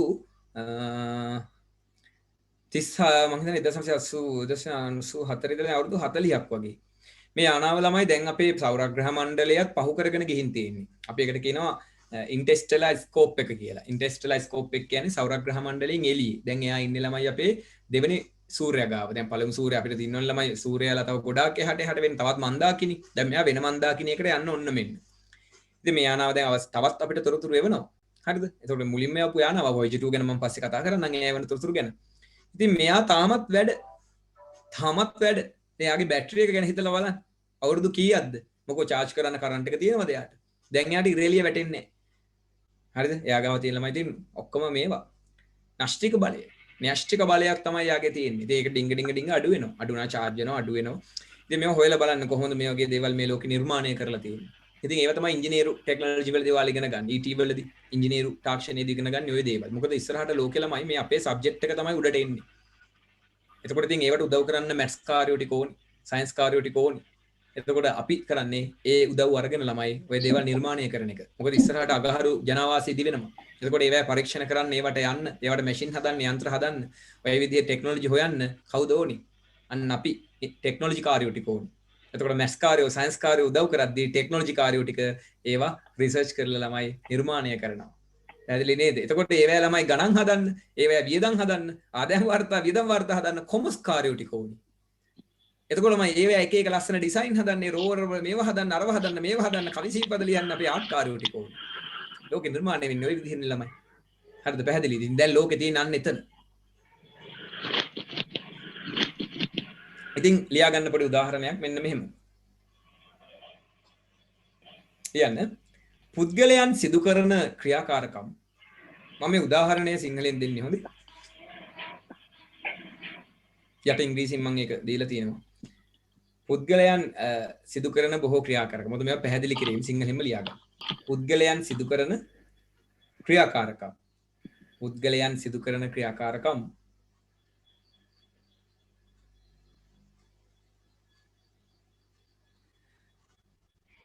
ඔවුන් ගනු ලබන තීරණ මත ක්‍රියාත්මක වේ. ඔවුන් ගනු ලබන තීරණ මත ක්‍රියාත්මක වේ. ඔවුන් ගනු ලබන තීරණ මත ක්‍රියාත්මක වේ.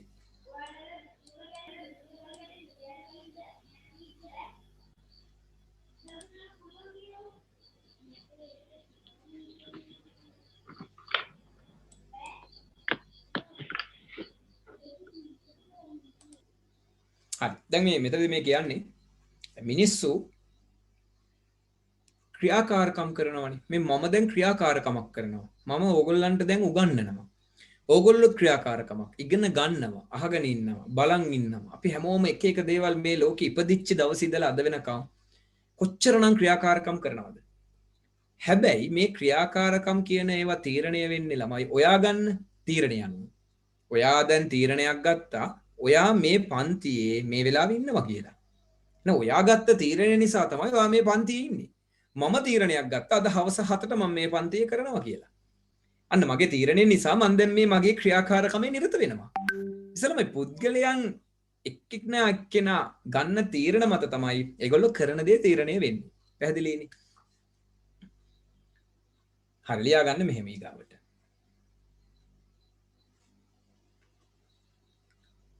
පෙරපාසල් දරුවෙකුගේ සිට අපි පෙරපාසල් දරුවා ගැන ගමුකෝ අවුරුදු 5. පෙරපාසල් දරුවෙකුගේ සිට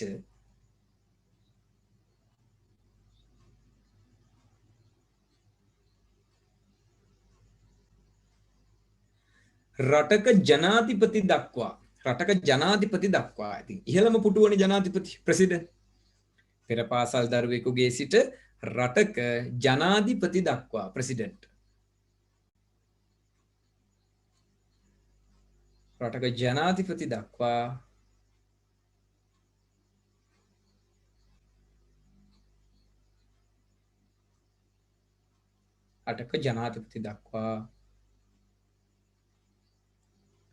තම පෞද්ගලික ජීවිතයේදී සහ දැන් ඔයාලා අපි පෞද්ගලික ජීවිතේ නෙමෙයි. තම පෞද්ගලික ජීවිතයේ සහ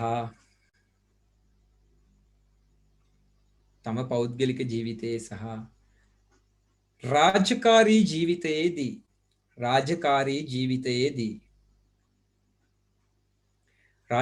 දැන් ප්‍රෙසිඩන්ට් රාජකාරී ජීවිතයක් තියෙනවා. රාජකාරී ජීවිතයේදී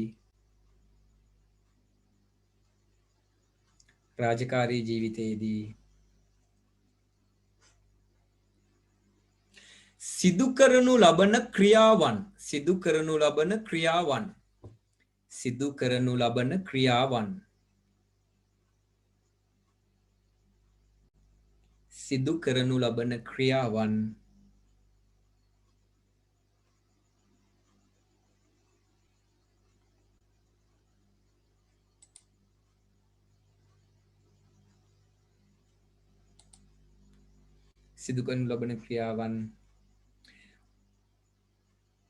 ඔවුන් විසින් ගන්නා ලද තීරණ මත සිදුවේ.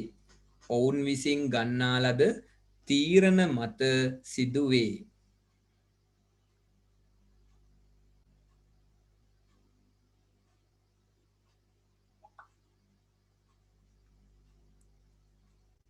ඔවුන් විසින් ගන්නා ලද තීරණ මත සිදුවේ.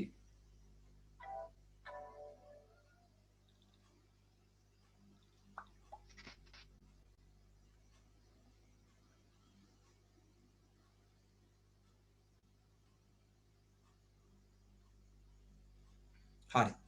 දැන් පෙර පාසල් ළමෙක්ට රාජකාරී ජීවිතයක් නැන්නේ. හරිද? එතකොට දැන් පෙර පාසල් ළමෙක් මොකද කරන්නේ? ඉතින් එයා යාගේ පෞද්ගලික ජීවිතයේ යම් යම් තීරණ ගන්නවනේ ළමයි. නේද? අපි මේ පාඩමේ මේ සරලම තැනින් මේ පටන් ගන්න. හොඳයි. ඊට පස්සේ තමයි උඩට ඇහිලා ආටිෆිෂල් ඉන්ටෙලිජන්ස් දක්වා එන්නේ. දැන් ආටිෆිෂල් ඉන්ටෙලිජන්ස් කියන්නේ කෘත්‍රිම බුද්ධිය. දැන් කෘත්‍රිම බුද්ධිය කියන්නේ දැන් ඔයාලට උඩට කියලා දෙන්න යන්නේ එහෙම දේවල් අන්තිමට. දැන් අද අපි හිතලානේ තීරණය ගන්න. කෘත්‍රිම බුද්ධියේදී මිනිස්සෙක් හිතන්නේ නැහැ. කෘත්‍රිමව නිර්මාණය කරපු බුද්ධියක් තමයි මේ කියන දේවල් තීරණය කරන්නේ. දැන් ඔයාලා දන්නවා මම අර පෙන්නපු පර්සිවරන් රෝවරේ ළමයි තීරණය ගන්න කෘත්‍රිමව. එයා මේ මොහොතේ තමයි තීරණය කරන්නේ මම මොකද්ද කරන්න ඕනි. මං ඉස්සරහට යනවද පස්සට යනවද මම මොන වෙලාවටද මේක කරන්නේ මොල්ලාටද නිදාගන්නේ. ඒතකොට මේ හැමදේම කෘත්‍රිමවයි ගන්නෙ. එතකොට පර්සිවරන් රෝවරේ අද අගහරු වලට ගිහිල්ලා තනියම අපිට ඕනි දේවල් කරනවා නම් ඒක කොහොමද එහෙම සිද්ධ වෙන්නේ? එතකොට දැන් මම මෙතනදී වඩුවා පෙර පාසල් ළමෙක් මොන්ටිසෝරි යන ළමෙක්ගේ ඉඳලා රටේ ජනාධිපතිත් ළමයි එක එක ක්‍රියාකාරකම් කරනවා. ඇමරිකාවේ ජනාධිපතිට කියන්න පුළුවන් ශ්‍රී ලංකාවට මිසයිලයක් ගහන්න. අන්න ඒ වගේ ක්‍රියාකාරකම් සිද්ධ වෙන්නේ එයාලා ළමයි තීරණය කරන හින්දානේ. හරි. එතකොට ඔන්න දැන් පැහැදිලිනේ. දැන් ටියුට් එකේ ඉතුරු ටික කියව ගන්න එතන ඉඳලා මෙසේ ගනු ලබන තීරණ සඳහා පාදක කර ගනු ලබන ප්‍රධානම මූලාශ්‍රය වන්නේ තොරතුරුය. හයිලයිට් කරගන්න පුළුවන් අය ප්‍රධානම මූලාශ්‍රය වන්නේ තොරතුරුය කියන එක. ඒවා ලස්සනට හයිලයිට් වෙලා පේන්න ඕනේ ටියුට් එකේ. ප්‍රධානම මූලාශ්‍රය වන්නේ තොරතුරුය.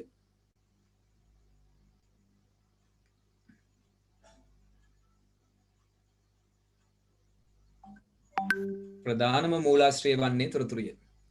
තොරතුරු සෑම විටම තීරණ ගැනීමේ ක්‍රියාවලියට සම්බන්ධ වන අතර අන්න තීරණ ගැනීමේ ක්‍රියාවලියට සම්බන්ධ වන අතර තොරතුරු නොමැතිව තීරණය ගැනීමට නොහැකිය. ආයි හයිලයිට් කරගන්න. තොරතුරු සෑම විටම තීරණ ගැනීමේ ක්‍රියාවලියට සම්බන්ධ වන අතර කියන එක. තීරණය ගන්න තොරතුරු ළමයි සම්බන්ධ වෙනවා. දැන් ඔයාට තීරණයක් ගන්න පුළුවන්. මොකක්ද ඔයාට ගන්න පුළුවන් තීරණය? අද උදේ 7:45 වෙද්දී මම ලින්ක් එක දාන්නේ පන්තිය පටන් ගන්නවද කියලා. හරිද? ඔයාලා 7:45 ඉඳලා බලනවා. තාම කිසිම තොරතුරක් නැහැ ඔයාට. මගෙන් තාම තොරතුරක් නැහැ. 7:50යි. තොරතුරක් නැහැ. 8 වෙනකොටත් මගෙන් තොරතුරක් නැහැ. දැන් ඔයා ගන්න තීරණය මොකද්ද? සර් අද පන්ති තියයිද නැද්ද? ඔන්න මම 8ට තොරතුරක් දෙනවා ඔයාට. පුතේ කරන්ට් එක නැහැ. පවර් ෆේලිය එකක්. අන්න මම තොරතුරක් දෙනවා ඔයාට. මොකද්ද තොරතුර? කරන්ට් එක නැහැ, ලයිට් නැහැ, පවර් නැහැ. ඔයා ගන්නවා තීරණයක්. එහෙනම් ඉතින් අද පන්ති නැහැ. නිදා ගන්නවා. නැත්නම් ගමනක් යනවා. ෆිල්ම් එකක් බලනවා. වෙන වැඩක් කරනවා. අන්න දැන් ඔයා තීරණය කරානේ. ඔයාට ඔය දේ තීරණය කරන්න මගේ තොරතුරු ලැබෙන්නේ නැහැ. නැත්තම් ඔයා විසින් ඔයා තොරතුරක් හදා ගන්නවා. එක්ක අද පන්ති නැතුව ඇති. හැබැයි මම දුන්නේ නැහැ තොරතුරු ඔයාට. එක්ක ඔයා මගෙන් අහනවා සාද පන්ති නැද්ද? ඒතර මං කියනවා නෑ අද පන්ති නෑ. හැම වෙලේම ළමයි තොරතුරක් සෑම විටම තීරණ ගැනීමේ ක්‍රියාවලියට සම්බන්ධ වන අතර තොරතුරු නොමැතිව තීරණය ගන්න නොහැකිය කියලා කියනවා. හරි. එතකොට මේ Ashayen නිමන්ත aren't we getting the notes in English කියලා තියෙනවා. yes ගන්න පුළුවන්. මෙහෙම තමයි තියෙන්නේ. ඔය පහලින් තියෙන්නේ ඔය කොටස අර උඩින් මම ඔයාලට දුන්නේ ළමයි පොඩි උදාහරණයක්. මම ඒ උදාහරණය ඉංග්‍රීසි වලින් කියන්න ගියේ නෑ. මොකද මෙතන ලියන්න ඉඩ නැති නිසා. ඒක ඔයාලා නිකන් ඔලුවට දාගන්න සිංහලෙන්. මොකද ඔයන් එක්සෑම් ප්‍රශ්න අහන්නේ නැහැ. මෙන්න මේ කොටසේ highlight කරගන්නවා පහළ දීලා තිනවා මම information is the main source used in making decision. එතකොට ඔයාට ඒක highlight කරගන්න පුළුවන් main source used in making decision. ප්‍රධානම මූලාශ්‍රය වන්නේ තොරතුරු තීරණ ගැනීමට භාවිතා කරන හින්දා. The information is always connected to the process of decision making and no decision can be made without information. Decision making තීරණ ගැනීමේ ක්‍රියාවලිය and no decision can be made without information. තොරතුරු නොමැතිව තීරණයක් ගන්න බෑ. ඒතර ඔයගොල්ලන්ට ඉංග්‍රීසි මීඩියම් අය එතනත් highlight කරගන්න අනිවාර්යයි. මොකද උඩ සිංහලෙන් තියෙන දේ තමයි යටින් ඉංග්‍රීසි වලට translate කරලා තියෙන්නේ. හරි. ඊට පස්සේ තීරණ ගැනීමට භාවිතා කරනු ලබන තොරතුරු බිහි කිරීමට භාවිතා කරන මූලිකම අමුද්‍රව්‍ය වන්නේ දත්තය. තීරණ ගැනීමට භාවිතා කරන. දැන් ඔයා තීරණයක් ගත්තනේ. අද පන්ති නැහැ. අන්න ඔයා ගත්ත තීරණේ. තීරණය ගැනීමට භාවිතා කරනු ලබන තොරතුරු මම තොරතුරක් දුන්නා ඔයාට කරන්ට් එක නැහැ කියලාද? මම කරන්ට් එක නැහැ කියලා දීපු තොරතුරේ ඔයා ගන්නවා තීරණයක්. එහෙනම් ඒ තීරණය ගත්තේ මගේ තොරතුරු නිසා. ඒ තොරතුර බිහි කරන්න භාවිතා කරපු මූලික අමුද්‍රව්‍ය දත්තය කියලායි කියන්නේ. දැන් ළමයි ඔන්න මං සරල උදාහරණයක් කියනවා. ඔයාට දැන් තේරෙයි. හොඳට අහගන්න. ඔයා කඩේකට ගිහිල්ලා රස කෑම එකක් කනවා. කඩේකට ගිහිල්ලා රස කෑම එකක් කනවා. කෑම එක හරිය රසයි. දැන් ඔයාට ළමයි තීරණ එනවා එක එක තීරණ. මම මේ කඩෙන් හැමදාම කනවා. නේද? මම මේ කඩෙන් හැමදාම කනවා. මේ කඩේ කෑම හරිය රසයි.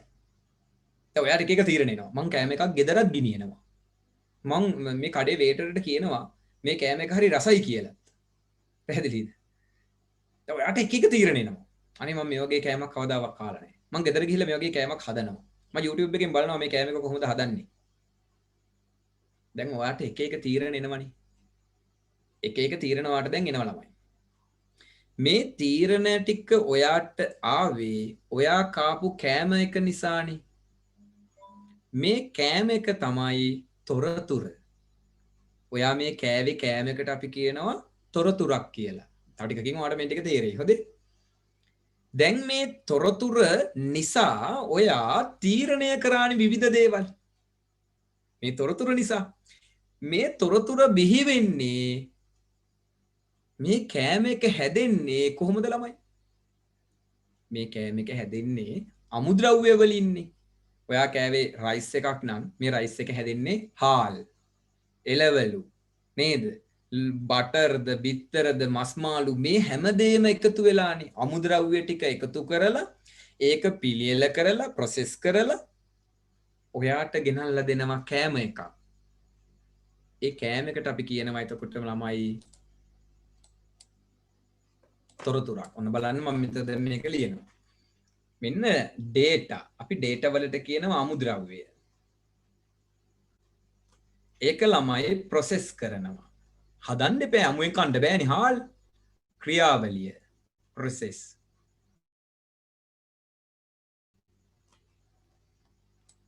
process එක අවසානයේ අපිට ලැබෙනවා ළමයි තොරතුරු information.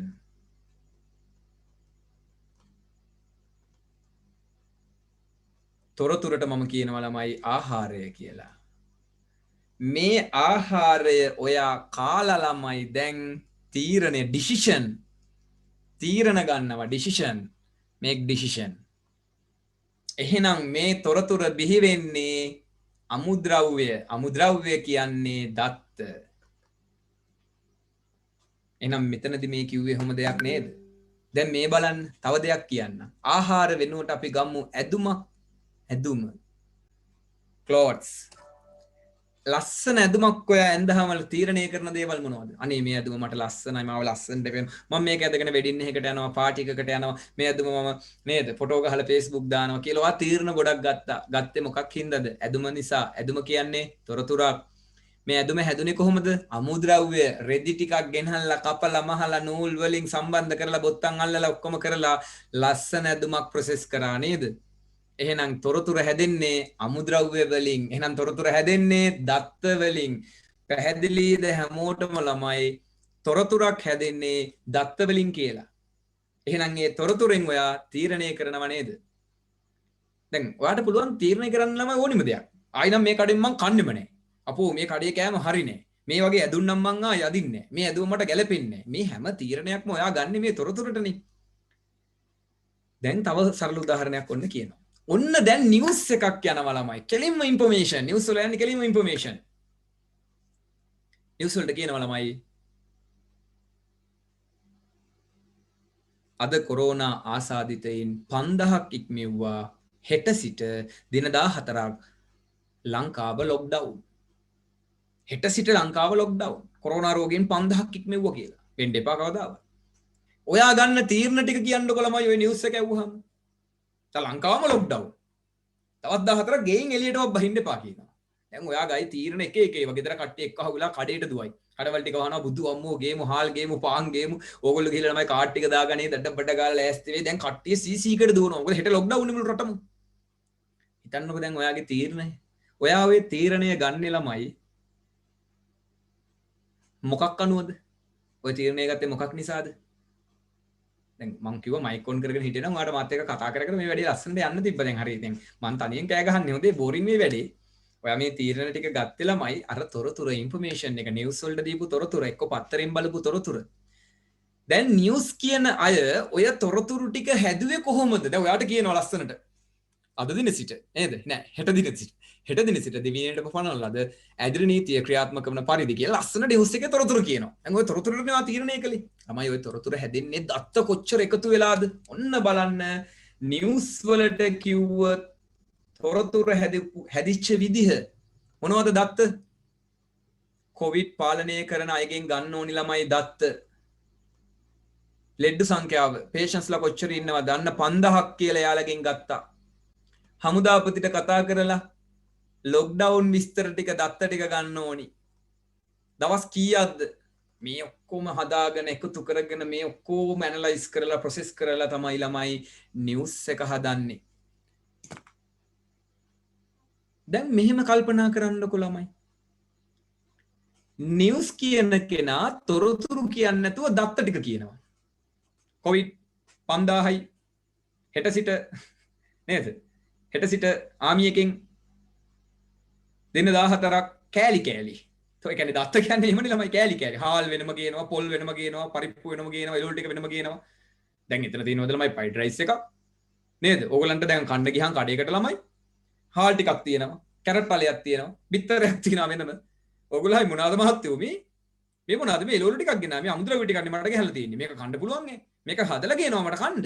කියන්නේ ප්‍රොසෙස් කරන්න නැතුව කන්න බෑ. කඩේකට ගියහන් ඔයාලට ළමයි රෙදියාරිකුයි කතුරුකුයි ඉදිකට්ටුකුයි නූලුකුයි දෙනවා. ඔයා ගවුමක් ගන්න දාවේ නංගි. එහෙනම් මේ රෙදියාරි තියාගන්නකො නූල් පන්දුවයි කතුරයි. ඒතර ඔයා කියයි පිස්සුදෝ මේක මට මහලා දෙනවා. මම එතකොට අදුම අදින්නම්. ඒ කියන්නේ මේක ප්‍රොසෙස් කරන්න ඕනේ. මිනිස්සුන්ට වැදගත්ද ළමයි අමුද්‍රව්‍ය? මම මෙහෙම අහන්නම්. මිනිස්සුන්ට වැදගත්ද දත්ත? මිනිස්සුන්ට දත්ත වැදගත් නෑ ළමයි. මිනිස්සුන්ට වැදගත් ඒ දත්ත වලින් නිර්මාණය කරන තොරතුරු.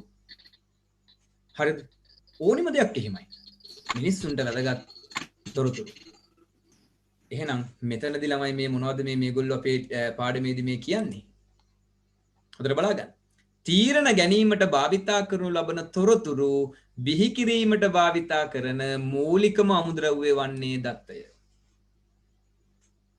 දත්ත කියලා කියන්නේ මොනවද කියලා අපි මෙතනදී කතා කරනවා ළමයි. මෙන්න මේ ඉස්සරහට මේ දත්ත කියන්නේ මොනවද? හැමදේම අපි කතා කරනවා. මම දැනට මෙතනදී පොඩි පැහැදිලි කිරීමක් කියන්නම්. පරිගණකයකදී දත්ත කියන්නේ මොනවද දන්නවද? අකුරු, ඉලක්කම්, symbols නේද? text, numbers, symbols. ඕවනේ ළමයි දත්ත. A B C D 1 2 3 4. ඔය දත්ත. ඔය දත්ත දැන් මම කාට හරි දැන් මම මෙතනදී ඔයගොල්ලන්ට කියනවා දත්ත ටිකක්.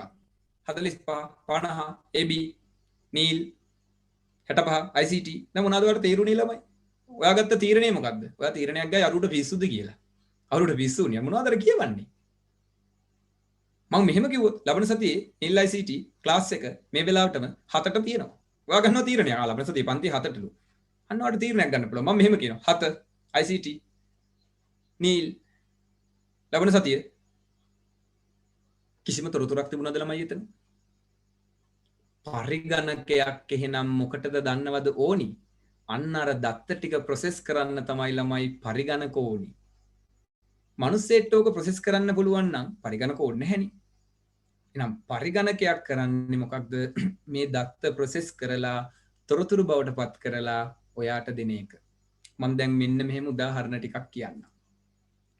ඔයාලා ළමයි ෆිල්ම් බලනවා. හැමෝම ෆිල්ම් බලනවනේ, චිත්‍රපටි බලනවනේ, ටීවී සීරීස් බලනවනේ, කතා බලනවනේ. ෆිල්ම් එකක් කියන්නේ ළමයි අවුට්පුට් එක, තොරතුරු. ෆිල්ම් එකක් හැදෙන්නේ කොහොමද? රඟපාන්න ඕනි. ඒකට ඩබින් කරන්න ඕනි. ඒකට සින්දු හදන්න ඕනි, මියුසික් ඕනි, මියුසික් වෙනම ප්ලේ කරන්න ඕනි ඉන්ස්ට්‍රුමන්ට් වලින්, ලොකේෂන් ඕනි, ඇඳුම් පැළඳුම් ඕනි, කැමරා ඕනි, කම්පියුටරයක් ඕනි එඩිට් කරන්න. මේ ඔක්කොම ටික ප්‍රොසෙස් කරලා එකතු කරලා තමයි ලස්සන ෆිල්ම් එකක් හදන්නේ. ෆිල්ම් එක තොරතුරු. ඔයා මේ ෆිල්ම් එක අවසානයේදී බලලා තීරණය කරනව නේද? ඒක නම් නියම ෆිල්ම් එකක්. ඒක නම් ලස්සනයි. මමත් මේ දේවල් මගේ ජීවිතයට එකතු කරගන්නවා. ඔයාලා අඩනවා, සතුටු වෙනවා. දැන් ෆිල්ම් එක පෙන්වන්නේ නැහැ, ෆිල්ම් එකේ තොරතුරු පෙන්වනවා. නළුවෙක් දුවගෙන යනවා. සින්දුවක් කොහේ ඇහෙනවා. කවුරු හරි බෙරයක් ගහනවා. ලොකේෂන් එකක් නිකන් මෙහෙම පෙන්වනවා. හිතන්නකො ළමයි. ෆිල්ම් එකක්ද ඒක? සින්දුවක් හැදෙන්නේ. සින්දුව නිකන් කියනවා. සින්දුව ඉවරනාට පස්සේ මියුසික් එක යනවා. මියුසික් එක ඉවරනාම ළමයි කවුරු හරි ඇවිල්ලා රඟපානවා. කැලේ ටික ප්‍රොසෙස් කරලා නැහැ. මුල අග මැද හැම එකක් නැහැ. එහෙනම් මං හිතනවා ඔයගලන්ට මේ තොරතුරු කියන කාරණාව ඔළුවට යන්නේ නැති කියලා. මොකද්ද මෙතන මේ සිද්ධ වෙන්නේ කියලා. පැහැදිලි වෙන්නේ නැති කියලා. හරි. එහෙනම් ඔන්න අපි ආයෙත් කියවගමු. මෙසේ ගන්න ලබන තීරණ සඳහා පාදක කරන ලබන ප්‍රධානම මූලාශ්‍රය තොරතුරුය. තොරතුරු සෑම විටම තීරණ ගැනීමේ ක්‍රියාවලියට සම්බන්ධ වන අතර තොරතුරු නොමැතිව තීරණ ගැනීමට නොහැකිය. තීරණ ගැනීමට භාවිතා කරන ලබන තොරතුරු බිහි කිරීමට භාවිතා කරන මූලික අමුද්‍රව්‍ය වන්නේ දත්තය. right. එහෙනම් අපි ඒ කැලේ කිව්වා data is the primary raw materials. raw materials. raw materials කියන්නේ අමුද්‍රව්‍ය. එහෙනම් data is the primary raw material to make information which is required in decision making. තීරණ ගැනීමට භාවිතා කරන තොරතුරු බිහි කිරීමට භාවිතා කරන්නේ ප්‍රධාන වශයෙන් raw materials. හරි. ඉතින් ඒක මතක තියාගන්න. ඊගාවට දත්ත තොරතුරු බවට පත් කරලීමේ ක්‍රියාවලිය අංශ කිහිපයකට බෙදා ගනු ලැබේ. දත්තයක් තොරතුරක් බවට පත් කරන ක්‍රියාවලිය අංශ කිහිපයකට බෙදෙනවා. මෙසේ පියවර කිහිපයකට බෙදා දක්වා ඇත්තේ එකිනෙකට වෙනස්ව සිදු කරනු ලබන කාර්යයන් අනුවය. එම පියවර දත්ත සැකසීමේ ජීවන චක්‍රය ලෙස හැදින්වේ. දත්ත සැකසීමේ ජීවන චක්‍රය. හරිද? අපි කියනවා those steps can be identified as mentioned below. අපි එක මේ මුලින්ම කියමු. The process of converting data into the information is classified into the several section. එක අපි අංශ කිහිපයකට බෙදනවා. It is the divided. එක අපි බෙදන්නේ according to the task performance in the each section. Those steps are identified as the life cycle of data processing. ඔයාලට highlight කරගන්න පුළුවන් life cycle of data processing. ඒ කියන්නේ දත්ත සැකසීමේ ජීවන චක්‍රය. සිංහලෙන් කරන ළමෙක්ට මේකට ඉංග්‍රීසියෙන් කියන්නේ මොකක්ද කියලා බලා ගන්න පුළුවන්. ඉංග්‍රීසියෙන් කරන ළමෙක්ට මේකට සිංහලෙන් කියන්නේ මොකක්ද කියලා බලන්න පුළුවන්. මේකෙදි වැඩි වාසිය තියෙන්නේ සිංහල මීඩියම් කරන ළමයට. මොකද මේ සිංහල වචන වලට ඉංග්‍රීසියෙන් කියන්නේ මොනවද කියලා මෙතනදිම ඉගෙන ගන්න පුළුවන්. මොකද ඔයාලට කැම්පස් එකට ගියාම මොකද මෙතනදී ළමයි අපිට ඒකක් ගන්න නම් අපිට ලේසිම ක්‍රමේ අපේ භාෂාවනේ. නමුත් කැම්පස් එකට ගියාට පස්සේ එහෙම ළමයි ඉතින් එහාට ජීවිතේ ඉස්සරහට ඉංග්‍රීසි වලින් තමයි වැඩේ යන්නේ. ඉතින් මෙතනදී භාෂා දෙකම තියෙන නිසා ඔයගොල්ලන්ට නෝට් එක ලස්සනට හදා ගන්න පුළුවන් පිළිවෙලකට. හරි. ඊට පස්සේ ප්‍රශ්නයක් අහලා තියෙනවා data scientistලා මොනවද කරන්නේ කියලා. data scientistලා. එතකොට අපිට ඒක ළමයි data science කියලා වෙනම ඩිග්‍රියක් පවා තියෙනවා. data scientistලා තමයි Google එකේ ඉන්නේ, NASA එකේ ඉන්නේ. ඒගොල්ලෝ දත්ත පිළිබඳ විශේෂඥයෝ. ඒගොල්ලෝ තමයි ළමයි මේ data ටික හරියට අරගෙන data ටික හරියට process කරන්න, data ටික පිළිවෙලකට සම්බන්ධ කරන අය. ඉතින් data scientist කෙනෙක් වෙනවා කියන්නේ ළමයි ලේසි පහසු දෙයක් නෙමෙයි. ඒක ලොකු process එකක්. ගොඩක් ඉගෙන ගන්න තියෙනවා. හරිද? හරි. ළමයි කැඩි කැඩි ඇහින්නේ හිටපු ගමන් signal drop වෙනවා. ඒ drop වුණාම ඔයගොල්ලන්ට sound එක පොඩ්ඩක් කැඩි කැඩි ඇහෙන නැත්තේ. නමුත් මම මේක recording එක දාලා තියෙන්නේ. හැමෝටම recording එක ගන්න පුළුවන්. මේකේ වාසිය තියෙන්නේ ඒකයි. නැවත නැවත ඔයගොල්ලන්ට මේ පාඩම අහන්න පුළුවන්. හැමෝටම මම recording එක දෙන්නම්. හරි. අපි දැන් මේ ඉගෙන ගන්න යන්නේ දත්ත සැකසීමේ ජීවන චක්‍රය. දත්ත සකස් කරන ජීවන චක්‍රය. The life cycle of data processing. life cycle එක ජීවන චක්‍රය life cycle එක data process කරන.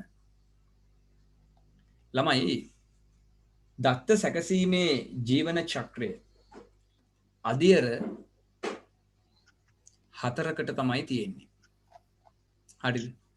හරි. මේ පහළට මම මේ ඔක්කොම ටික ඔයාලට දාලා තියෙනවා.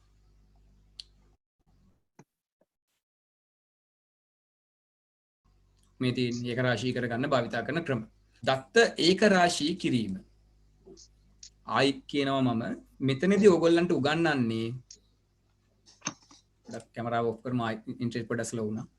මෙතනදී ඕගොල්ලන්ට උගන්වන්නේ දත්ත සකස් කරන ජීවන චක්‍රය. ජීවන චක්‍රයක් කියන්නේ අපේ ජීවිතයට සම්බන්ධයි. ලයිෆ් සයිකල් එකක් ළමයි. චක්‍රයක් සයිකල් එකක් කියන්නේ මොකක්ද? කැරකෙනවා හැම වෙලේම එකම දේ යනවා. කැරකි යන්නේ. එතකොට ජීවන චක්‍රයක්, ජීවිත චක්‍රයක් මේක අපි හැම වෙලේම කළ යුතුයි. අන්න එහෙනම් මෙන්න මේ ක්‍රමයටයි දත්ත සකස් කරන්නේ. පළවෙනි එක දත්ත එකතු කරන්න කියනවා. මොන දේ කරන්නත් කලින් දත්ත එකතු කරන්න data creation. දත්ත ඒක රාශී කිරීම.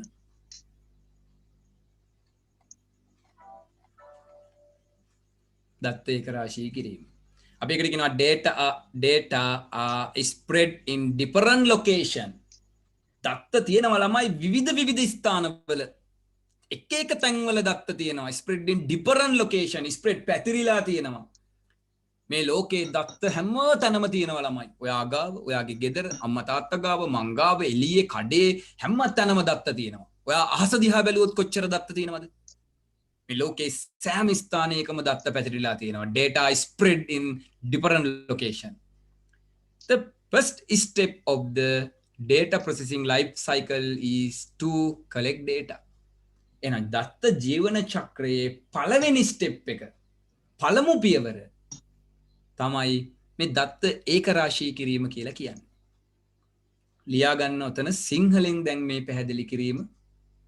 දත්ත විවිධ ස්ථානයන්හි විසිරී පවතී. දත්ත විවිධ ස්ථානයන්හි විසිරී පවතී. ලස්සනට ලියන්න නෝට් එක ලියනකොට පැහැදිලිවම ලස්සනට ලියා ගන්න. දත්ත විවිධ ස්ථානයන්හි විසිරී පවතී.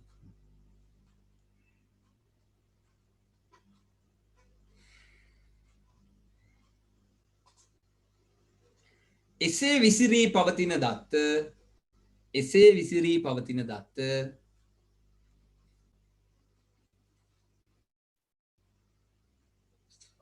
එසේ විසිරී පවතින දත්ත එසේ විසිරී පවතින දත්ත එකතු කර ගැනීම එසේ විසිරී පවතින දත්ත එකතු කර ගැනීම මෙහි පළමු පියවරයි. මෙහි පළමු පියවරයි.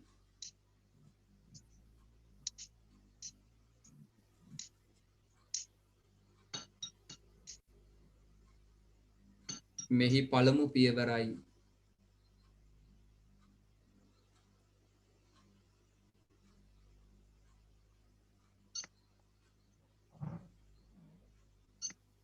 හරි. එහෙනම් දත්ත ජීවන චක්‍රයේදී කියනවා ලෝකේ හැම තැනම දත්ත විසිරීලා තියෙනවා. අපි ඒව හොයන්න නෙමේ දගලන්නේ. නේද? NASA එක විශ්වයේ පවතින තොරතුරු හොයන්න දගලනවා. එදා ඉඳලා චන්ද්‍රයාට යන්න හැදුවා.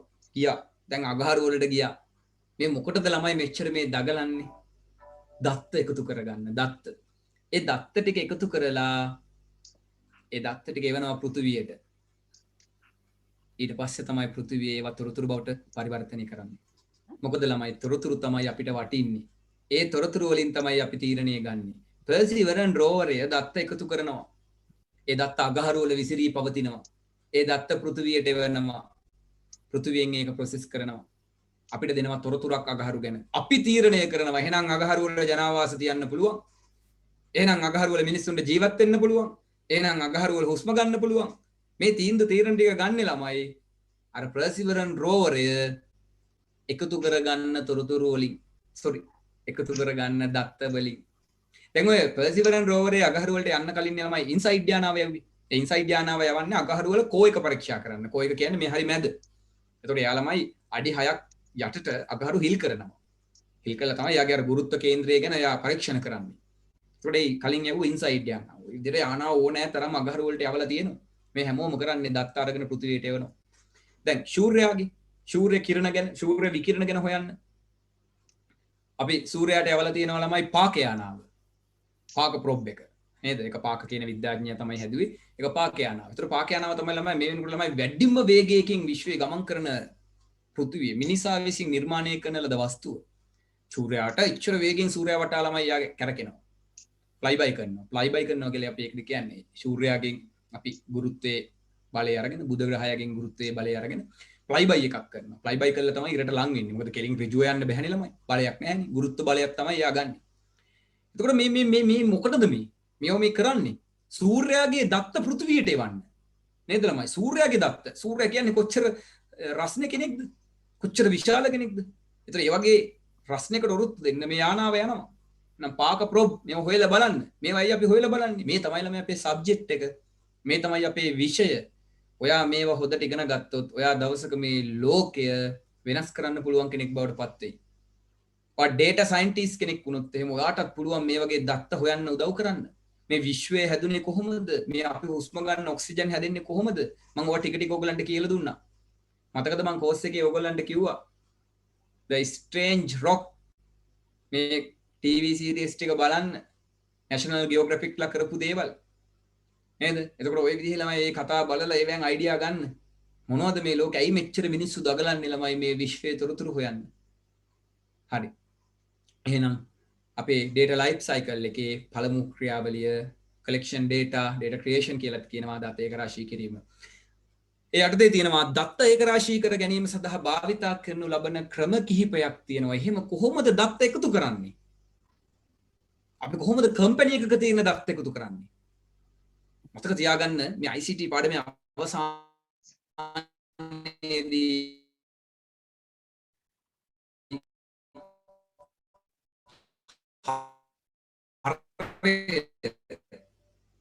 ඔයාව මුදුකාම software එකක් හදන්න පුළුවන් වෙන්න ඕනේ.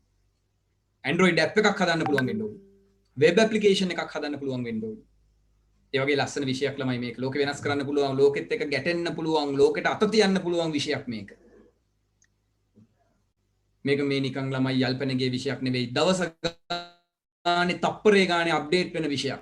දැන් තියෙන දේ නෙවෙයි හෙට තියෙන්නේ. අද මම perseverance ගැන කතා කරන්නේ. perseverance rover තමයි අවසානයේදී අගහරු වල දත්ත හොයාගෙන එන්නේ යවපු යානාව. නමුත් මට හෙට කතා කරන්න වෙනකන් නෑ perseverance ගැන. අයි තව කෙනෙක් යවුවොත් තව යානාව.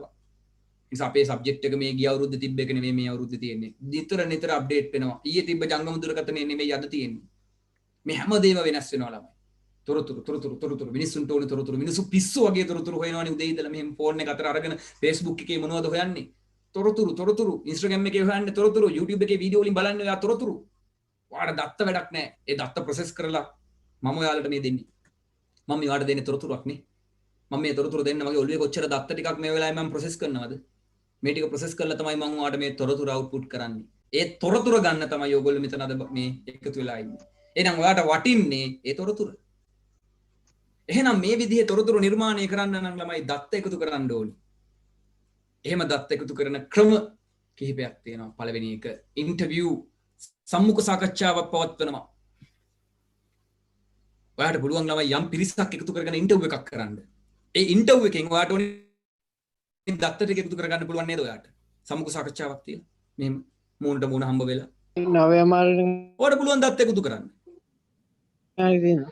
තපය භාග තිබ ඇහෙන්න කැඩිකෙ නෑ කැඩික මේ ඔය කැඩිකඩිය එහෙන කේස් එක පන්න නවත්තන්න දැම්මහන් තමයි කැඩිකඩිය එහෙන ඉන්ටර්නෙට් ගොඩක් රැට අඩුයි. අපිට ඉතින් පන්තියේ උදේවරුකට ගන්න පුළුවන් නම් හොඳයි ළමයි. උදේවරුකට ගත්තොත් අපිට මේ සිග්නල් ප්‍රශ්නේ අඩුයි. හරි ඉතින් පොඩ්ඩක් බලමු ඔන්ලයින් කරන එකේ පාවෙන අවස්ථාව තමයි ඕක ළමයි මටත් වෙන කරන්න විසඳුමක් නැහැ. ඉතින් මටත් හරි දුකයි කැඩිකඩිය එහෙන එක.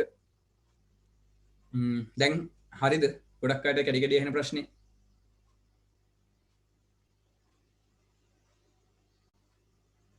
දැන් ඇහෙනවද? අශේ අපිට නම් අවුලක් නෑ සර්. එහෙනම් යාළුවගේ පැත්තේ සිග්නල් අඩු වෙලා ඒකයි වැඩි. දැන් ඔයාලට තුෂාර මේ කැඩිකඩිය ඇහුනේම නැද්ද? අපිට ඇහුන්නේ නෑ සර්. අපිට ක්ලියර් එකට ඇහෙනවා සර්. අපිට එහෙනම් ඇහුන්නේ මේ නැහැ අපිට ගැටලුව clear ඇති එක වෙලා නැහැ. තියෙන්නේ මේ ඒ ඔය අනිත් පැත්තෙන් සිග්නල් අඩු වෙලා. මම හිතුවා දැන් මගේ පැත්තෙන් සිග්නල් අඩු වෙලා කියලා. ඒක තමයි ඔයාලගේ පැත්තෙන් සිග්නල් අඩු වෙනවා ඇති. ඔයාලගේ දැන් ඔය ෆෝන් වල කම්පියුටර් වල ළමයි zoom වෙනකොට අනිත් හැමදේම නතර කරන්න. ඒ කියන්නේ වෙන වෙන අන්තර්ජාලයට සම්බන්ධ වෙලා තියෙනවා නම් වෙන දැන් රවුටර් එකට වෙන කෙනෙක් ෆෝන් එකකින් හරි සම්බන්ධ වෙලා ඉන්නවා නම් ඒකත් නතර කරගන්න. ඔබ දන්නවද? එහෙම වුණොත් ඉන්ටර්නෙට් කනෙක්ෂන් එක ස්ලෝ වෙනවා. ඒ හිටපුවම කැටි කැටි ඇහෙන්නේ ඒකයි. ඒ ඔයාලගේ පැත්තෙන් සිග්නල් ඩ්‍රොප් වෙනවා. හරි මම මේ කැමරාව ඕෆ් කරගත්තෙත් ඒකයි. ඉතින් ඔයාලට කැමරාව ඕන් නැත්තම් මම ඕෆ් කරගෙන ඉන්නම්. අර මම නිකන් කැමරාව දාලා තිබ්බේ ඔයාලට. එතකොට මන් දිහා හරි බලන් ඉන්න පුළුවන් නැත්තම් මේ බෝඩ් එක ඇතුලේ මොකුත් මූව් වෙන්නේ නැහනේ. නේද? මම මේ මුහුදු හුලං වැඩි වැඩි ඉන්නේ.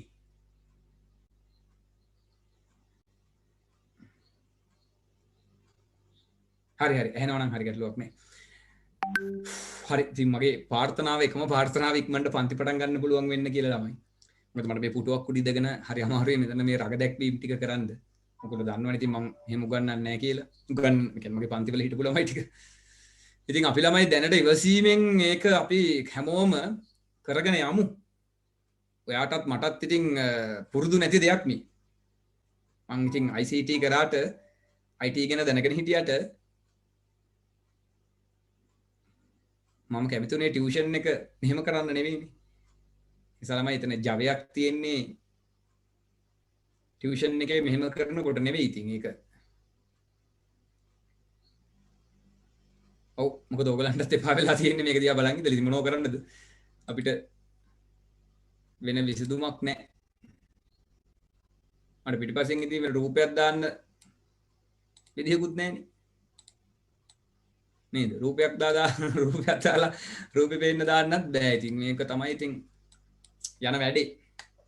අපි ඉතින් මෙහෙම කතා කරගෙන යමු දැනට. මොකද දැන් මේ පාඩම් ටික විතරයි ළමයි පොඩි පැහැදිලි කිරීමක් තියෙන්නේ. ඊට පස්සේ අපිට වැඩ කරන්න තියෙනවා ගණන් හදන්න කරන්න. එතකොට ඉතින් වැඩ ටික එනවා. එතකොට ඉතින් මේ ඔය ටික වෙන්නේ නැහැ. ඔයගොල්ලෝ තනියෙන් ගණන් හදනකොට ඔය ටික ගැටලුවක් වෙන්නේ නැහැ. ඉතින් දැනට අපි මෙහෙම මුල දැන් යම් මෙහෙම. ඔබ අසා සිටින්න මම මෙසේ කියන්නම්. හරිද? හරි. එතකොට ෆයිබර් කනෙක්ෂන් එකක් ඉන්නේ පොඩ්ඩක් අවුල් යනවනේ. මේකයි ළමයි මේ ලංකාවට තාම හරි කනෙක්ෂන් එකක් දීලා නැහනේ. අපිත් ඕක කතා කරමු මේ අපේ පාඩම් වලදී. ලංකාවට තාම 4G වත් හරියට නැහැ ඉතින්. ඉතින් තාම 4G ට ලං වෙච්ච කනෙක්ෂන් එකක් යන්නේ. අනික රැයට ළමයි කනෙක්ෂන් කොහොමත් අවුල් යනවා. හැමෝම ඉන්ටර්නෙට් යන හින්දා. ගොඩක් ලාට ඉතින් ස්ලෝ නෙට්වර්ක් එකක් කොහොම තියෙන්නේ. ඉතින් ළමයි අපේ ලංකාවේ තියෙන අඩු සම්පත් වලින් ඉතින් වැඩිපුර වැඩ කරන්න සිද්ධ වෙලා තියෙන්නේ අපිට. IT කරන අපිටම මේ දේවල් අත්විඳින්න වෙච්ච එක තමයි තියෙන ගැටලුව. බලමු ඉතින් නේද? ඉස්සරහට මේ ප්‍රශ්න ටික විසඳගෙන යන්න අපිට පුළුවන් වෙයි.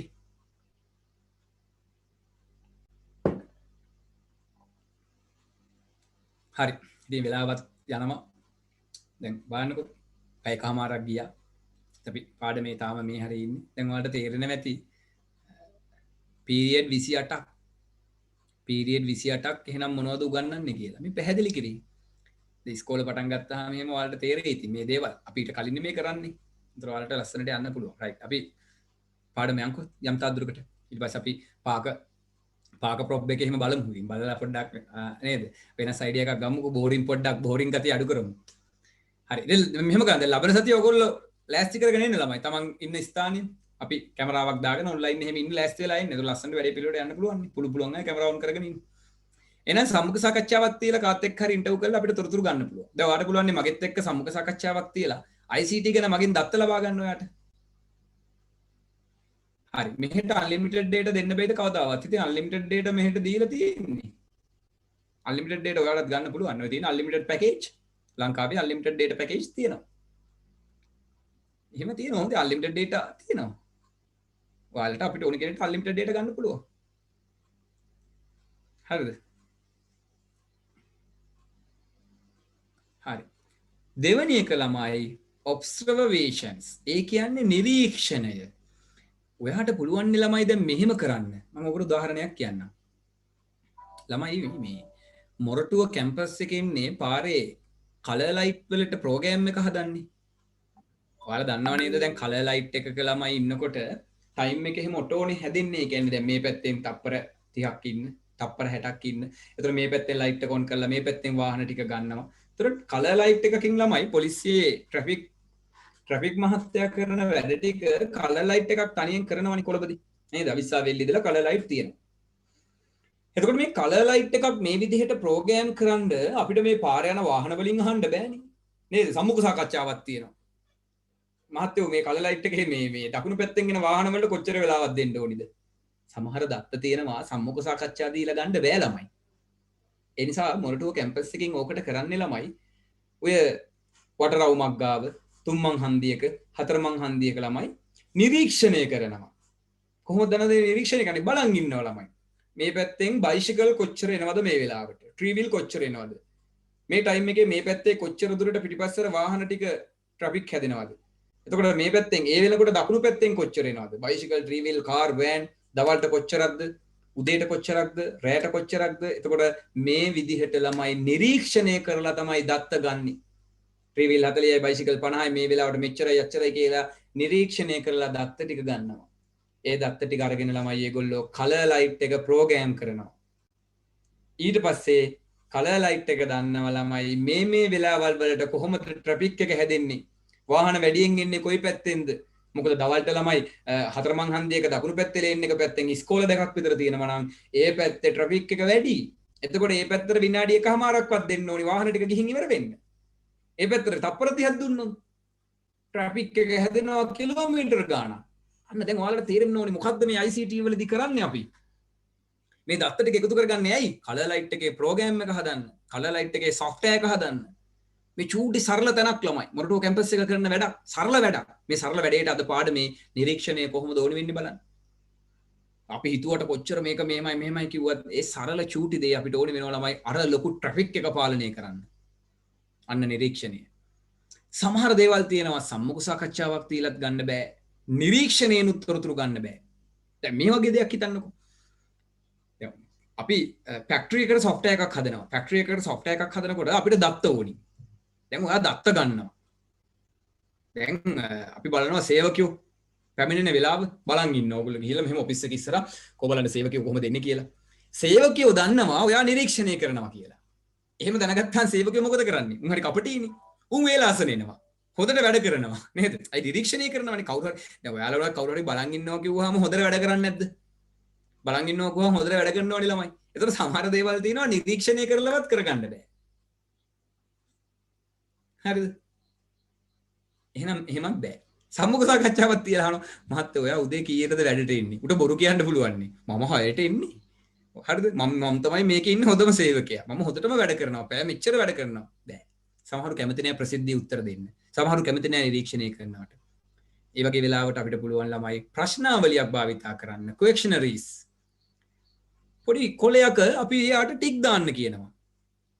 ඔබ මේ රැකියාව කරන්න කැමැත්තෙන්ද? මේ රැකියාවට ආවේ කොයි කාලෙදලද? ඔයාගේ පඩිය ඔයා මේ ලබා ගන්න පඩිය ගැන සෑහීමකටපත් වෙනවද? අන්න එයාට ටික් පුරවන්න දෙන්න දුන්නාම ළමයි කොලයක් පුරවන්න දුන්නාම ඒක පෞද්ගලිකයිනේ.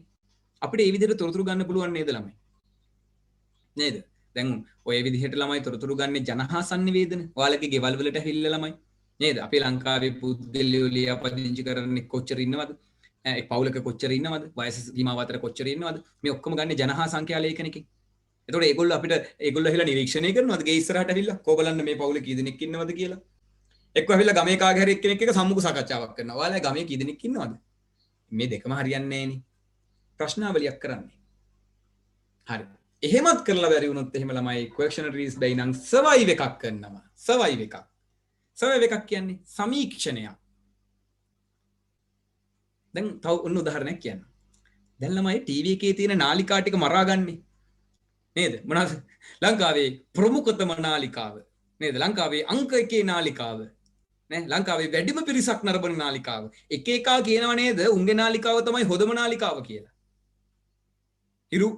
හිරු බලද්ද කියලා හිරු තමයි හොඳම. සිරස කියනවා උන් හොඳයි. දෙරණ කියනවා උන් හොඳයි. දැන් කවුද හොඳ ඇත්තටම?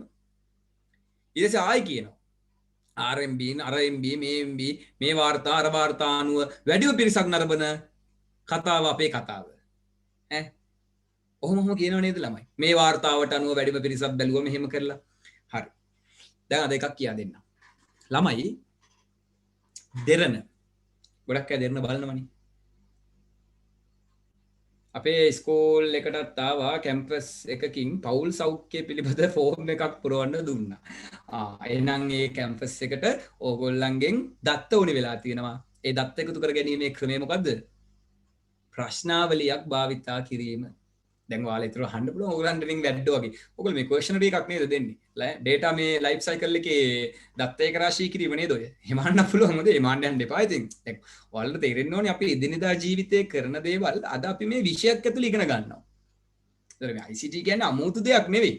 අර සබ්ජෙක්ට් එකක් අස්සේ තීරි විදිහට අපි මේක ඉගෙන ගන්න එක තමයි මේ කරන්නේ ළමයි. ඒතර හරි ලස්සන ආස හිතන මාතෘකාවක් නෙමේක. මේක ඇතුළේ මේ අපි නොදන්න මහා ගණිත සූත්‍ර අරව මේව ඒව නැහැ. ඔයාලා තේරුම් නැති මේ එදිනෙදා ජීවිතයේ මිනිස්සු කරන කියන දේවල් තමයි මේ පාඩමේ තියෙන්නේ. හරි දැන් මම මේ සමීක්ෂණයක් ගැන කියලා දෙන්නේ. දැන් ළමයි යම් කිසි ටීවී channel එකකට කියන්න පුළුවන්ද මේ වෙලාවේ ඒ ටීවී channel එක කී දෙනෙක් බලනවද කියලා? පුළුවන්ද බැරිද ළමයි මට කියන්න? දෙරණ කියනවා අපේ නිවුස් මේ දැන් මේ ලයිව් අපේ නිවුස් දැන් බලනවා ලක්ෂ එකමාරක්. මෙච්චරක් බලනවා අච්චරක් බලනවා.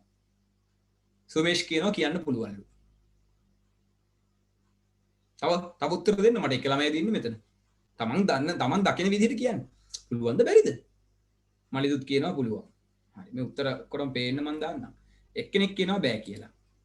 එයාගේ නමට සමනල්ලු අහලා ඉන්න හින්දා එයාගේ නම මම දන්නේ නැහැ. මොකද්ද නම? මහීද? අයියෝ ලස්සන නම් දාගෙන එන්න හුදේ නම. කෑලි දාලා සමනල්ලු තොට දෙකක් දාලා මෙහෙම හරි නමට. හරි. පුළුවන් කියනවා නේද? කොහොමද පුළුවන් ළමයි? එහෙම පුළුවන්ද? කොහොමද පුළුවන්? බෑ කියලා කිව්වේ මේ අපේ මහී නේද? සංගීතේ මහීද? මහී විතරයි. තව යනවනේ. බෑ.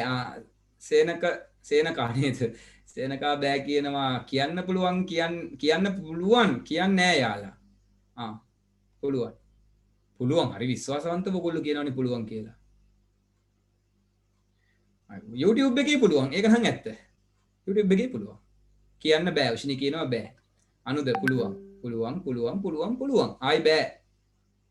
තශ්විනි බෑ කියනවා. කේෂාන් පුළුවන්. සමිදු පියුමාල් පුළුවන්. YouTube එකේ පුළුවන්. ඔව් ඇත්ත. YouTube එකේ පුළුවන්. ටිකක් අමාරුයි නේ පුන්සිත් කියනවා. එයාලට ඒ data එක එනවා.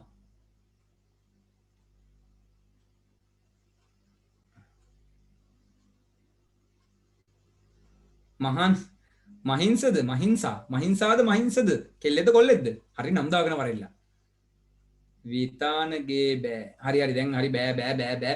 Google එකේ ඔච්චර හොයන්න Google එකෙන් ඔච්චර හොයනවා නම් අනිවාර්යෙන් channel වලින් පුළුවන් වෙන්න එපායි. එසේ boy මහින්ස හරි ලස්සන නමක්. හරි මහින්ස නම දාගෙන එනවා හරියට කැලි දාන්න නැතුව. ඩයලොග් පියෝ එකකින් පේමන්ට්ස් කරනවා ඇත්තේ ඔය බලන ගානට නේද? හරි ඔයගලන්ට ගොඩක් දේවල් තව කියා දෙන්න තියෙනවා. රයිට්. පුළුවන්. ඩයලොග් ටීවී, පියෝ ටීවී වලින් නම් පුළුවන්. සාමාන්‍ය ඇනලොග් සිග්නල්ස් අපි ඇන්ටනාවකින් නම් ටීවී බලන්නේ. කියන්න බෑ.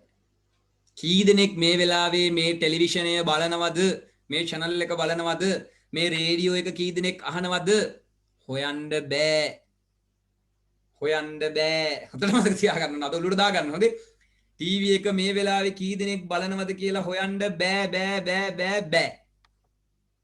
රේඩියෝ එක කී දෙනෙක් අහනවද කියලා කියන්න බෑ. කොහොමද ළමයි එහෙම පුළුවන්? ඒක කොහොම කියලා දෙන්නම් 6 වෙනි පාඩමේදී. ඔකට කියනවා අපි ඒකපත දත්ත සංනිවේදනය, අර්ධ දිවිපත, පූර්ණ දිවිපත, ඔගේ ගොඩක් ඩුප්ලෙක්ස්, half duplex, full duplex, ඔය ඩුප්ලෙක්ස් වල ටික මම කියලා දෙන්නම්. හරි. දැන් අපිට ඒක වෙන්නේ පාඩම. හොයන්න බෑ. කොහොමද හොයන්නේ එහෙනම්? ඔය කියන්නේ අංක 1 නාලිකාව අපි මේ වැඩිම පිරිසක් නරඹන LMB සමීක්ෂණ වාර්තාවලට අනුව වැඩිම පිරිසක් නරඹන නාලිකාව අටපට්ටම කියනවා. සංගීතේ දෙවෙනි නිම. කොහොම කියනවනේ. හරි. ගීත් කියන කතාව එක පැත්තකින් හරි. SMS වගේ දෙයකින් හොයන්න පුළුවන්. ඔය ස්ටාර් මේ ස්ටාර් කියන ඒවා ගොඩක් වෙලාවට ළමයි එන SMS ප්‍රමාණය, ඒ කියන්නේ එන නම්බර්ස් ප්‍රමාණය. එක නම්බර් එකකින් මැසේජ් 1000ක් ආවා කියලා ගන්නෙ නැහැ. එන SMS වලින් හොයනවා. මම සරලව කියන්නම්කෝ. රේඩියෝ ළමයි කොහොමද ඕක කරන්නේ? අන්න හරි. ගෙදර බෝඩ්ඩයක් ගහන්න කියනවා සල්ලි දෙනවා කියලා. හිරු ඇහුවොත් සල්ලි තමයි. ඉතින් ළමයි අපේ මිනිස්සුන්ට සල්ලි කිව්වොත් ආයි ඉතින් ඕනි දෙයක් නේ. හරිද? ආත්ම කරුත්තෙත් විකුණනවානේ සල්ලි කිව්වොත්. හැම ගෙදරකම ගහනවා අපි අහන්නේ හිරු අපි අහන්නේ හිරු. දැන් ඉතින් මොකද කරන්නේ ළමයි? රේඩියෝ ටීවී පත්තර මැගසින් මේ මිනිස්සු සල්ලි හොයන්නේ කොහොමද? දැන් ටීවී සල්ලි හොයන්නේ කොහොමද ළමයි? මම ඔක්කොම සල්ලි හොයන ප්‍රධාන මූලාශ්‍රය කියන්නේ. රේඩියෝ ටීවී පත්තර අත්තර මේවා මේ ඔක්කොම ඇඩ් ඔය දම්සන් ඔය ඇඩ් නෙවෙයි ඒ ඩබල් ඩී නෙවෙයි ඒ ඩබල් ඩී කියන්නේ එකතු කරනවනේ. හරි ඒ ඩී හොදේ ඇඩ් ප්ලේ කරලානේ ඇඩ්වර්ටයිස්මන්ට් වලින්නේ සල්ලි හම්බ වෙන්නේ. දැන් ළමයි මට ඇඩ් එකක් දාන්න ඕනේ ICT කරනවා කියලා මම. දැන් මම කල්පනා කරනවා මම ඇඩ් එකක් දාන්නේ හිරු එකේද, දෙරණේද, සිරසේද, ITN ද, රූපවාහිනීද, TNL ද, සියතේද, සුවර්ණවාහිනීද මම මොන channel එකේද ළමයි ඇඩ් එක දාන්න ඕනේ. ඔගොල්ලෝ කියන්නේ මම මොකේ ඇඩ් එක දැම්මොත් හොඳයිද? දෙරණ ඔය පේනවනේ. හරි උත්තරේ දෙන්නේ මිනිස්සු වැඩිපුර බලන එක. දැක්කනේ සුමේෂ්ට විතරයි මොලේ තිබුණේ. තනුජිත් කියනවා famous එකේ. පුන්සිත් කියනවා FB ලු. යකෝ හැබැයි TV channel එකේ FB එකක් ගාගත්ත ඒක අස්සට. හරි. මිනිස්සු වැඩියෙන්ම බලන එක. මම කොහොමද තීරණය කරන්නේ මිනිස්සු වැඩියෙන්ම බලන්නේ මොන channel එකද කියලා? හරි. 8ට මේ වෙලාවට රෑ 8ට ලංකාවේ මිනිස්සු වැඩියෙන්ම බලන channel එක මොකද්ද? මේ මිනිස්සු TV බලන්නේ තොරතුරු වලට හොදේ. මිනිස්සුන්ට ඕනේ තොරතුරුනේ. දෙරණ බලන්නේ. දෙරණ බලන්නේ. අපි දෙරණ බලන්නේ කියලා කොහොමද දන්නේ ළමයි? එකක් මෙහෙමයි. කට කතාවේ මිනිස්සු ඔක්කොම දෙරණ බලන්නේ. මම නම් ඔය ගොඩක් ගෙවල් වලට එහෙම ගියාම දෙරණම තමයි තියෙන්නේ. ළමයි මේක දැන් මේ අහන්න. දැන් ලංකාවේ වෙනම ආයතන තියෙනවා ළමයි. ඒගොල්ලෝ තමයි සමීක්ෂණය කරන්නේ. මේ වෙලාවට මේ channel එක තමයි වැඩියෙන්ම බලන්නේ. මේ කතාව මෙච්චර ප්‍රමාණයක් බලනවා කියලා සමීක්ෂණය කරන ආයතන තියෙනවා. ඒව තමයි ඔය එක එක ආයතන. නෙල්සන් මොකක්ද තියෙනවා නෙල්සන් මොකද්ද මොන සම්මානෙද එහෙම දෙන්නේ ඔය මොන නෙල්සන් නෙවෙයි ඔව් සිම් නෙල්සන් අන්න හරි සිම් නෙල්සන්ලා ඒගොල්ලොත් ඒක කම්පැනි රයිට් නෙල්සන් තමයි නිල්සන් මතක නැහැ ඒ ආයතනයේ ළමයි මේගොල්ලෝ මෙහෙමයි කරන්නේ ඔන්න අහගන්න මේගොල්ලෝ කොහොමද අදාළ රූපවාහිනී channel වලට දත්ත දෙන්නේ ඒ දත්ත අනුවනේ ඒගොල්ලෝ තොරතුරු දෙන්නේ අපිට නේද හිරු එක ඒ දත්ත ටික අරගෙන අපිට තොරතුරුක් දෙනවා ලංකාවේ වැඩිම පිරිසක් නරඹන YouTube දැන් මෙහෙම කියන්න පුළුවන් YouTube එකේ අංක 1 ඒක අපි පිළිගන්නවා දෙරණ තමයි YouTube එකේ අංක 1 මොකද දෙරණ එකේ views පේනවා දෙරණ එකේ subscribersලා පේනවා ඒතකොට දෙරණ තමයි දැන් ලංකාවේ අංක 1 වැඩිම පිරිසක් නරඹන YouTube නාලිකාව එහි අපිට දත්ත පේන හින්දානේ දත්ත පේනවනේ කතාවක් දැම්මු කතාව කී දෙනෙක් බලනවද subscribersලා ලංකාවේ වැඩිම ඉන්න එකම channel එක නේද මිලියන 2ක් ඉක්මෝඩ් ඒක දෙරණ ඒක අපිට පේනවා එතකොට හිරු එහෙම HD කිව්වට දෙරණ තරම් උන්ගේ කලස් නෑ ඔව් ඒව හරි ඔව් අපි ඔක්කොම කතා කරමු සංනිවේදනයේ පාඩමේදී නෙට්වර්කින් පාඩමේදී ඔය ඔක්කොම අපි කතා කරමු ඒතර අපිට මේ ප්‍රායෝගික ජීවිතයේ තියෙන ගොඩක් ප්‍රශ්න විසඳගත්ත හැකි මම අර දවසකුත් ඔයාලට කියලා දුන්නේ ඉන්ටර්නෙට් එන විදිය ගොඩක් අය හිතන් හිටියේ ඉන්ටර්නෙට් එන්නේ උඩින් කියලානේ ඉන්ටර්නෙට් කොහෙද ළමයි උඩින් එන්නේ ඉන්ටර්නෙට් එන්නේ පොළොව යටින් ඉතින් අපි ඒවත් කිව්වනේ ගොඩක් ප්‍රශ්න විසඳුවානේ ඉතින් ළමයි නෙල්සන් වගේ ආයතන ගිහිල්ලා ළමයි සමීක්ෂණය කරනවා කොහොමද රෑ 8ට ළමයි යනවා මිනිස්සේ පයින් යනවා ගෙවල් ගාව ඕක කරන්නේ මෙහෙමයි හැම ගෙදරකටම යන්නේ නැහැනේ හරිද ඕක කරන්නේ ළමයි ගන්නවා එක පළාතක් දැන් ඔය සාමාන්‍යයෙන් කොළඹ වගේ ළමයි පළාතක් ගන්නගෙන ගෙවල් ගොඩාක් තියෙන පැත්තක් අරගෙන ළමයි ඒගොල්ලෝ රෑ 8ට පයින් හරි ඔය බයිසිකලයක හරි යනවා යන්නේ ගෙවල් ගාවින් කන දාගෙන යනවා ළමයි එතකොට ඇහෙනවනේ දෙරණ පේනවා මොකද සමහර ගෙවල් වල ටීවී එහෙම තියෙන්නේ එහෙමනේ එතකොට දෙරණ අහනවා කියලා පේනවා ඇහෙනවා ඒව ඔක්කොම ඒගොල්ලෝ මාක් කරනවා එතකොට ගෙවල් 100ක් ගන්නවා මේ අපේ සංගණනයේට සමීක්ෂණයට 100ක් අරගෙන 100න් ගෙවල් 80ක්ම බැලුවේ දෙරණ කියලා අන්න report එක දෙනවා. දැන් ඉතින් ওই විදිහට ලංකාවේ තැන් තැන් වලින් ඕක අරගන්නවා. අරගෙන ඒගොල්ලෝ නිගමනය කරනවා මේ වෙලාවේ මේගොල්ලෝ මෙන්න මෙච්චර ප්‍රමාණයක් මේක තමයි බලන්නේ.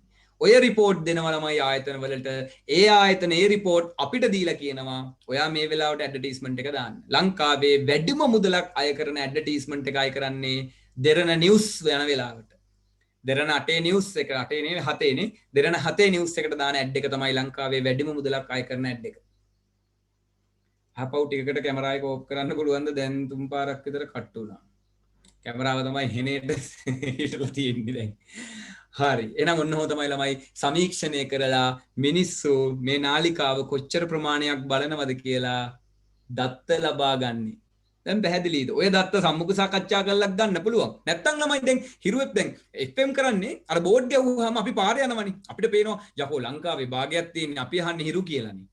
ඉතින් හිරු අහන හින්දානේ බෝඩ් එක එල්ලන්නේ. ඊට පස්සේ ළමයි ඒගොල්ලෝ අර මයික් එකක් අරන් ගිහිල්ලා ටීවී එකෙත් පෙන්නනවා. කට්ටියක් ඉන්න තැනට ගිහිල්ලා මොනවද අහන්නේ? හිරු හිරු හිරු. අපි බය වෙනවා යකෝ හැම එකම අහන්නේ හිරුනේ. එහෙනම් හිරු එකේ තමයි මං ඇඩ් එක දාන්නේ. අපි එහෙම තීරණය කරනව නේද? ඒ තීරණය කරේ අර පෙන්නන තොරතුරු අනුව නේද?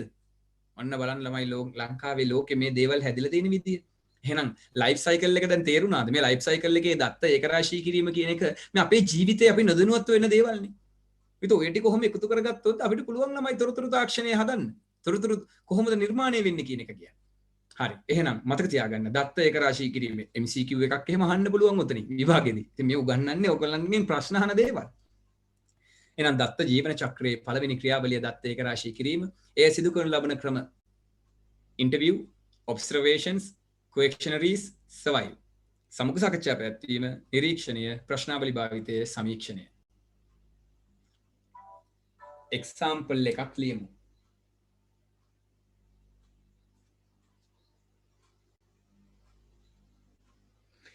ඔයාලට මම දීලා තියෙන පොඩි example එකක් ළමයි subject සහ ඒ subject එක කරන ළමයි. ICT ළමයි 90ක් කරනවා, maths 45ක් කරනවා, සිංහල 54ක් කරනවා, bio 82ක් කරනවා, econ 68ක් කරනවා. ඒතර මෙතනදී ළමයි ඔන්න දැන් අපිට බලා ගන්න පුළුවන් එහෙම එකතු කරගත්ත දත්ත ටිකක්. හරි. ඉතින් මේ ලියලා තියෙන දේ ගැන අපිට පැහැදිලි කිරීම ලියන්න පුළුවන්. හරි. මොකද ප්‍රශ්නේ?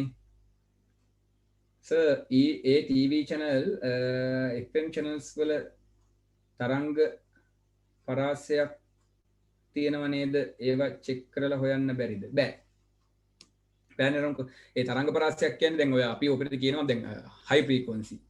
ඒ කියන්නේ ultra high frequency UHF PHF අපිට ওই විදිහට තමයි analog signal කාණ්ඩ දෙකක් හැදලා තියෙන්නේ. හරිද? අතිදුර සංඛ්‍යාත දිගුදුර සංඛ්‍යාත කියලා සංඛ්‍යාත. ඒ සංඛ්‍යාතය කරන්නේ අදාළ විකාශන මධ්‍යස්ථානය ඒ සංඛ්‍යාතය පොදුවේ හැමෝටම නිකුත් කරනවා. ඒක කෙලින්ම එක සංඛ්‍යාතයක් මේ අපේ වටේට යවනවා. ඊට පස්සේ අපේ ඇන්ටනාව කරන්නේ සංඛ්‍යාතය අල්ලගෙන අපිට රූප පෙන්නනවා. එතකොට ඒගොල්ලෝ දන්නේ නැහැ විකාශන මධ්‍යස්ථානය මේ සංඛ්‍යාතයේ මේ වෙලාවේ කී දෙනෙක් අල්ලගත්තද කියලා. එහෙම හොයන්න බෑ. මේ සංඛ්‍යාතය නිදහස් මාධ්‍යයට නිකුත් කරාම ඒක කොහේ යනවා? දැන් මම ළමයි මෙතන මේ කතා කරනවා. මම නිකන් පාරට බහලා හයියෙන් කෑ ගැහුවොත් මගේ කටෙන් ළමයි සංඛ්‍යාතයක් එළියට යන්නේ. මම දන්නවද මේ මං කතා කරන දේ කී දෙනෙක් අහන් ඉන්නවද කියලා? මේක මට දැනෙනවද? මට පණිවිඩයක් එනවද? අන්න ඒ වගේ තමයි ළමයි ටීවී එක. ඒ යන වේව් එක අපිට අහපව් එන්නේ නැහැ. ඒ කියන්නේ ළමයි ඕක එන්නේ නැති හේතුව තමයි ළමයි මම ඔයාලට කිව්වේ ඒකපත දිවිපත කියලා තියෙනවා ළමයි. ඩුප්ලෙක්ස් කියලා જાතියක්. ඒකපත කියන්නේ එක පැත්තකට විතරක් දත්ත sannivedanaya වෙන sannivedana මාධ්‍යයට communication media. එක පැත්තකට එක පතයකට විතරක් දත්ත sannivedanaya වෙනවා. ඉතින් ටීවී රේඩියෝ කියන්නේ එක පැත්තකට විතරයි දත්ත sannivedanaya වෙන්නේ. අනිත් පැත්තට දත්තයක් එන්නේ නැහැ. එතකොට කී දෙනෙක් බලනවද කියලා අනිත් පැත්තට එන්නේ නැහැ. ඒ නිසා ඒගොල්ලන්ට ඒ data එක ගන්න බෑ ළමයි. ඒ data එක ගන්න තියෙන ක්‍රමය තමයි සමීක්ෂණ වලින්. ඒකනේ ටීවී එකේ කියන්නේ නවතම සමීක්ෂණ වාර්තා වලින් එහෙම කියලා කියන්නේ. හරි. එතකොට ගේෂාන් අහනවා පොඩි දෙයක් අමතර දෙයක් මේකේ ගේම් ගහලා ළමයි මැරෙනවා කියන කතාව ඇත්තක්ද? ක්ලාස් ඉවර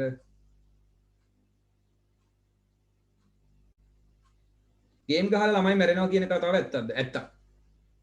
එහෙම මැරිච්ච අය ඉන්නවා. ඒ කියන්නේ එහෙම ගේම් ගහලා මැරෙන්නේ ළමයි මේ ඕගොල්ලෝ අපි වගේ අය නෙවෙයි. හරිද? ඒ මන්ද බුද්ධික කොට්ටාස ඉන්නවනේ. ඒ දේම ලොකු කරගෙන ඒ දේම ජීවිතය කරගෙන පැය ගාණක්ම ගේම් ගහන අය. එහෙම නැතුව මේ පැය දෙකක් ගේම් ගහන්න ඕනි. එතකොට තමයි ළමයි මොලේ ක්‍රියාකාරීත්වය වර්ධනය වෙන්නේ. ක්ෂණික තීරණ ගැනීමේ හැකියාව ලැබෙන්නේ. මොකද අපිට දැන් ඉස්සර වගේ ළමයි මේ එළියට බහලා සෙල්ලම් කරන්න පුළුවන් ලෝකයක් කාලයක් අද නැහැ.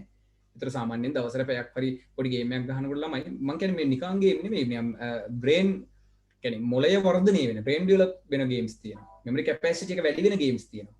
ඒ වගේ දේවල් ගහනකොට ළමයි අපේ මේන් එක වැඩි වෙනවා. නමුත් මේක මේ ජීවිතේම කරගෙන අනිත් වැඩ මොකුත් කරන්නේ නැතුව එහෙම ගේම් ගහන මිනිස්සු මැරිච්ච අවස්ථා ඕනෑ තරම් තියෙනවා. ඊට පස්සේ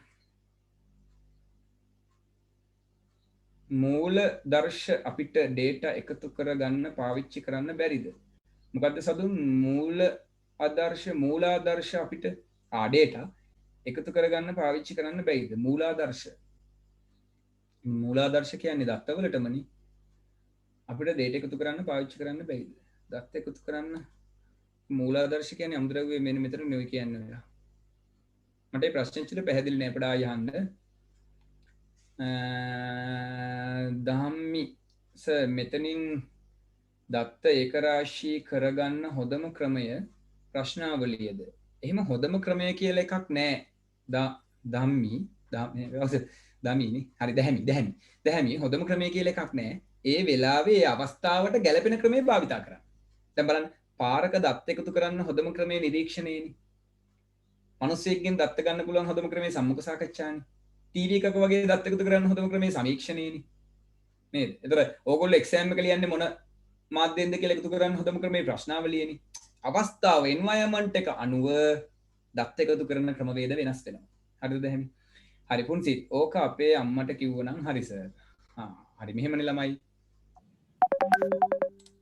ඔකට උත්තර දෙන්න ටිකක් අමාරුයි. ඒ කියන්නේ ඔකට මම උත්තර දුන්නා.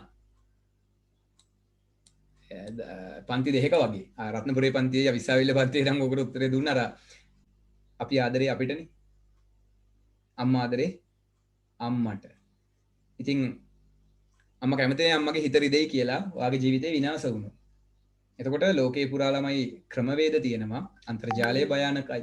ගේම් කියන ඒවා භයානකයි. ඒ හින්දා මොකද මේ දේවල් අපේ ළමයි ගන්නේ වැරදි විදිහටනේ. මේ ලෝකේ ඕනම දෙයක හොඳ නරක තියෙනවා. වාහන පාරේ හැප්පෙනවා. වාහන පාරේ හැප්පිලා මිනිස්සු මැරෙනවා. එහෙමයි කියලා අපිට වාහන පදින්න එපාද?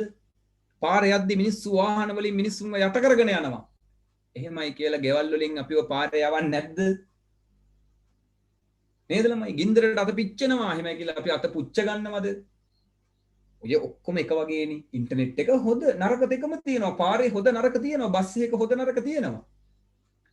අපේ අය ඒ දේවල් හරියට කරනවා. පාරේ හැප්පෙන්න යන්නේ නැහැ. වාහනේ හප්ප ගන්න යන්නේ නැහැ. හැබැයි ගේම් එක විනාශ වෙන්නයි පාවිච්චි කරන්නේ. අය ගේම් එක හොඳ දෙයට පාවිච්චි කරන්නේ නැත්තේ. අපේ කොල්ලෝ කෙල්ලෝ ඒව ඔප්පු කරලා නැහෙනේ. දැන් ඔයාලා ඔප්පු කරලා තියෙනවා ඉස්කෝලේ ගිහිල්ලා පරිස්සමෙන් එන්න. පන්තියේ ගිහින් පරිස්සමෙන් එන්න. නේද? වාහනයක් පදින කාලෙක ඔප්පු කරයි ගෙදෙට්ට අම්මෝ වාහනේ හරියට පදිනවා. හැබැයි ඔයා වාහනේ හරියට පදින්නේ නැහැ කියලා ගෙදරට ඔප්පු කරොත් ගෙදරින් වාට වාහනේ දෙන්නේ නැහැ. ඔයා පොඩි කාලේ ළමයි පාරේ යද්දී එහෙම වාහන වලට හැප්පෙන්න වගේ යනවා නම් හරියට පාරේ ඇවිද ගන්න බැරි නම් ඔයාව පාරේ යවන්නේ නැහැ. එහෙනම් ඔයා ඔප්පු කරලා නැහැ ගෙදෙට්ට මතක තියාගන්න.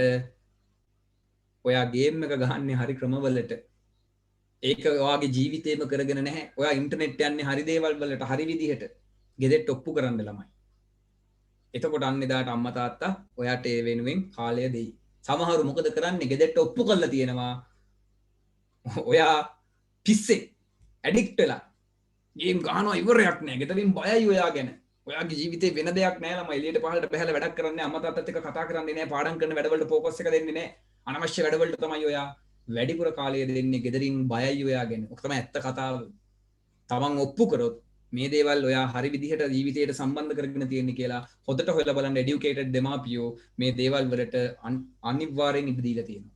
දැන් මං ගේම් ගහන්නේ තාම. ඉතින් මං ගේම් ගහුවට මං පිස්සෙක් වෙලා නේ ළමයි. මම මේ කම්පියුටරේ දිහා ඔයගලන්ට වඩා වෙලා බලා ඉන්නවා. උදේ 7ට පටන් ගන්න උදේ 7 ඉඳලා මම මේක රෑ 12 වෙනකම් මේ කම්පියුටරේ ඉස්සරහා මාත් පාඩි වෙලා ඉන්නවා. මම පිස්සෙක් වෙලා නැහැ. මගේ අධ්‍යාපනයවත් මගේ වෘත්තීය ජීවිතේවත් විනාශ වෙලා නැහැ. හැමදේම හරියට පාවිච්චි කරන්න හින්දානේ. රයිට්. ඉතින් ඒ නිසා ඔයගොල්ලෝ අන්න එහෙම ඔප්පු කරලා පෙන්නන්න. මම ගහනවා ගේම්. මම හැම ගේම් එකක්ම ගහනවා. එන අලුතෙන් එන සෑම ගේම් එකක්ම. තාම මට සයිබර්ප්‍රන්ක් විතරයි ගහන්න බැරි වුණේ. සයිබර්ප්‍රන්ක් ගහ ගන්න මට එහෙම අවස්ථාවක් වුණේ ඩවුන්ලෝඩ් කරගන්න. හරිද? ඒ හැමදේම මම ජීවිතේ බැලන්ස් කරලා තියෙනවා. අලුතෙන් එන ෆිල්ම් ටිකද අරවද මේවද මේ දවස්වල මම මේ Shadow of Bones TV series එක බලනවා. අද එපිසෝඩ් 3 ඉවර කරා. අද රැටි දුටු ටික බලනවා. හරිද? දොඩි TV series ටික. ඊට පස්සේ Tom Clancy ආවා, සුල්තාන් ආවා. මේ දෙක තාම බලන්න බැරි වුණා. බලපු ටික වෙනම වෙන් කරලා තියෙන්නේ. එතකොට මෙතනින් අනිත් ගේම් ටික ගහනවා. අරවා මේවා ඔය ඔක්කොම ටික මම කරනවා. උගන්වනවා, ටියුට් හදනවා, ඔක්කොම කරනවා ළමයි. මම ඒක පිළිවෙලට කරගෙන යන්නේ. ඒතර මට කවුරුත් හන්දි දාලත් නැහැ. මොකද මම ඔප්පු කරලා තියෙන්නේ. මම ඒවට පිස්සෙක් නෙවෙයි කියන එක. හරි. මොනවාද බ්‍රේන් ගේම්? බ්‍රේන් ගේම් තියෙනවා ළමයි විතර. මොලේ හරියට කල්පනා කරලා දැන් ඉතින් අපි ගත්තොත් එහෙම PUBG කියන්නේ බ්‍රේන් ගේම් එකක් තමයි. ඉතින් මොලේ නැත්තම් ගහන්න බෑනේ. බූරුව වගේ ගියොත් එහෙම වෙඩි කාගෙන එන්න වෙනවා. නේද? ස්ථානෝචිත ප්‍රඥාව, තැනට සුදුසු නුවණ නේද ළමයි? සර්වයිව් වෙන්නේ කොහොමද? මේ හැමදේම ටීම් වර්ක් එකක් ගන්නෙ කොහොමද? ඒව තමයි. ඒක පැයක් කරන්නකෝ. ඒ ඇති. ආයෙත් අහලා PUBG Pro player කෙනෙක් අපේ සර් හරි. එතකොට අඩේ බ්‍රේන් ඩෙවලොප්මන්ට් වෙන ගේම්ස් මොනවද? එහෙනම් ගේම් ගොඩක් තියෙනවාද? සර්ච් කරලා බලන්න. මොබයිල් ෆෝන් එකට දාගන්න මේව තියෙනවා.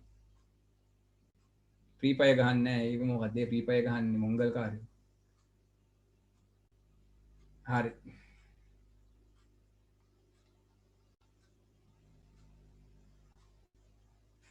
ෆ්‍රී ෆයර් ගහන්නේ පොඩි උන්නේ. මොලේ අමාරු කාර්යය. ගේම් දාන්නේ කාටුන් වගේ.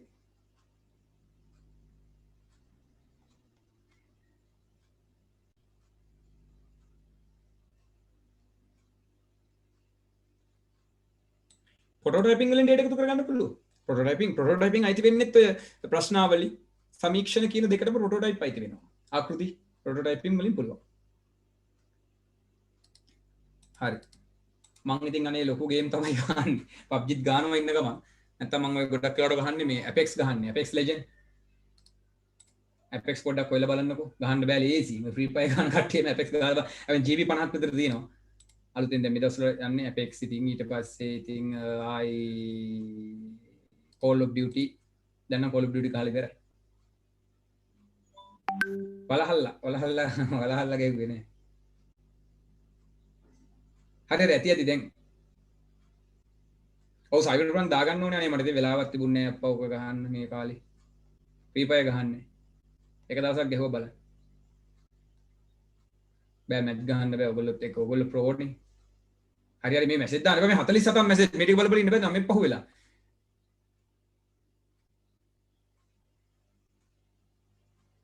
නෑ මොංගල් කාර ෆ්‍රී ෆයර් ගහන්නේ නැහැ. ෆ්‍රී ෆයර් ඉතින් ළමයි අනේ මන්ද මට ඒක දිරවන්නේ නැහැ. ඉතින් ෆ්‍රී ෆයර් ගහන්න කට්ටිය ඒක මට අවුලක් නැහැ. ඔයගොල්ලෝ ගහන ගේම් එක ඔයගොල්ලෝ ගහගන්න. නමුත් දැන් ඒ ලෙවල් පටන් ගත්තාම ඔය දේවල් වලටම මුල් තැන දීලා හරියන්නේ නැහැ ළමයි ජීවිතේ. ගේම් ගහන්න ඕනි තමයි. නමුත් ඒක නෙවෙයි ජීවිතේ ප්‍රධානම දේ. හරිද? දැන් මගේ ජීවිතේ ප්‍රධානම දේ ගේම් ගහන එක නෙවෙයි. දැන් මට සතියකින් විතර ගේම් ගහන්න බැරි වුණා. මම මේ මොබයිල් ෆෝන් එකේ වුණා හරි පොඩි ගේම් එකක් ගහනවා. Clash of Clans හරි Clash of Royale හරි ඒ වගේ පොඩි දෙයක් ගහගෙන ඉතින් එතන එහෙම ඉන්නවා මිසක්. හරි. ඒ නිසා ඔයගොල්ලෝ මේ එහෙම කරගන්න. ඔව් කොම්ලෝ වෙන්න යන්න එපා. හරි. මොකද ඔයගොල්ලෝ නැත්තම් හිතන්නේ මේ ඉතින් එහා ජීවිතයක් නැහැ කියලා. ළමයිට වඩා ජීවිතේ ගොඩාක් දේවල් තියෙනවා. තොරතුරු හොයන්න. ඒ නිසා ගේම් එකකට මුල් තැන දෙන්න යන්න එපා. ඔව් GTA 5 ගහලා තියෙනවා. ආපුම කාලේ ගැහුවේ ක්‍රැක් එක දාගෙන.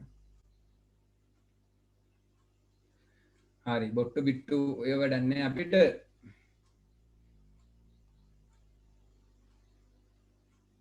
රයිට් දැන් නවත්ත ගන්න මැසේජ් ටික හරි අපි පන්ති ඉවර කරන්න ඕනි. එහෙනම් අපි එක්සැම්පල් එක ලියාගමු ළමයි. ලියාගන්න එක්සැම්පල් එක. හරි. මෙහි ඇත්තේ සමීක්ෂණයකින් ලබා ගන්නා දත්ත සමූහයකි. මෙහි ඇත්තේ සමීක්ෂණයකින් ලබා ගන්නා දත්ත සමූහයකි. මෙහි ඇත්තේ සමීක්ෂණයකින් ලබා ගන්නා දත්ත සමූහයකි. මෙහි ඇත්තේ සමීක්ෂණයකින් ලබා ගන්නා දත්ත සමූහයකි.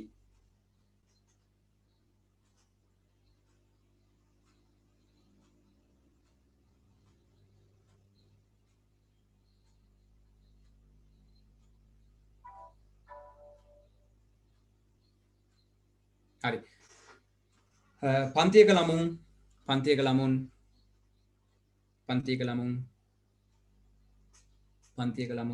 ඉගෙන ගන්නා විෂය පිළිබඳ පන්තියක ළමුන් ඉගෙන ගන්නා විෂය පිළිබඳ තොරතුරු ලබා ගැනීමක් සිදු කර ඇත. පන්තියක ළමුන් ඉගෙන ගන්නා විෂය පිළිබඳ තොරතුරු ලබා ගැනීමක් සිදු කර ඇත. පන්තියක ළමුන් ඉගෙන ගන්නා විෂය පිළිබඳ තොරතුරු ලබා ගැනීමක් සිදු කර ඇත.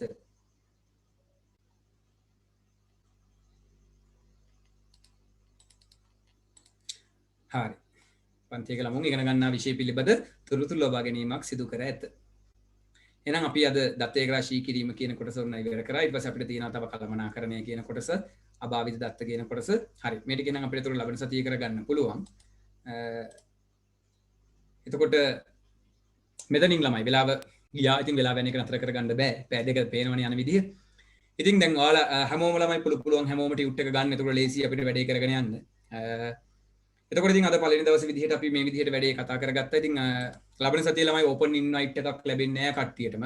හැමෝම පන්තියට එනවා නම් මගේ ඔන්ලයින් 2023 ගෲප් එකේ ඉන්න ඕනි. ඒකට තමයි ලින්ක් එක දාන්නේ. අනිත් කිසිම ගෲප් එකකට ලින්ක් එක දාන්නේ නැහැ. අද පළවෙනි දවස් නිසා තමයි ලින්ක් එක දැම්මේ හැමෝටම ඇවිල්ලා බලන්න. එතකොට කාඩ් ගත්ත පේමන්ට් කරපු කට්ටිය මාව දැනුවත් කරලා තියන්න. එතකොට වේටින් රූම් ඉදලා එතනින් තෝරලා තමයි දාන්නේ. ලින්ක් එක දානවා ළමයි මම විනාඩි 15කට කලින් පන්තිය චෙක් කරන්න ඕනේ හින්දා. ඉතින් ඔහොම තමයි අපේ වැඩසටහන යන්නේ. ඉතින් අද පළවෙනි දවසේ ওই විදිහට ඉවර වුණා. ගොඩක් දේවල් කතා කරන්න තියෙන නිසා අපිට වෙලාව ඇත්තටම යනවා මදි. ඉතින් ඕගොල්ලෝ අහන ඕනම දෙයකට මම උත්තර දෙනවා. ඕගොල්ලොත් එක්ක ඕන දෙයක් කතා බහ කරලා ඕන දෙයක් ඉගෙන ගන්න කරන්න පුළුවන්. මම රෙකෝඩින් එක නවත්තන්නම්.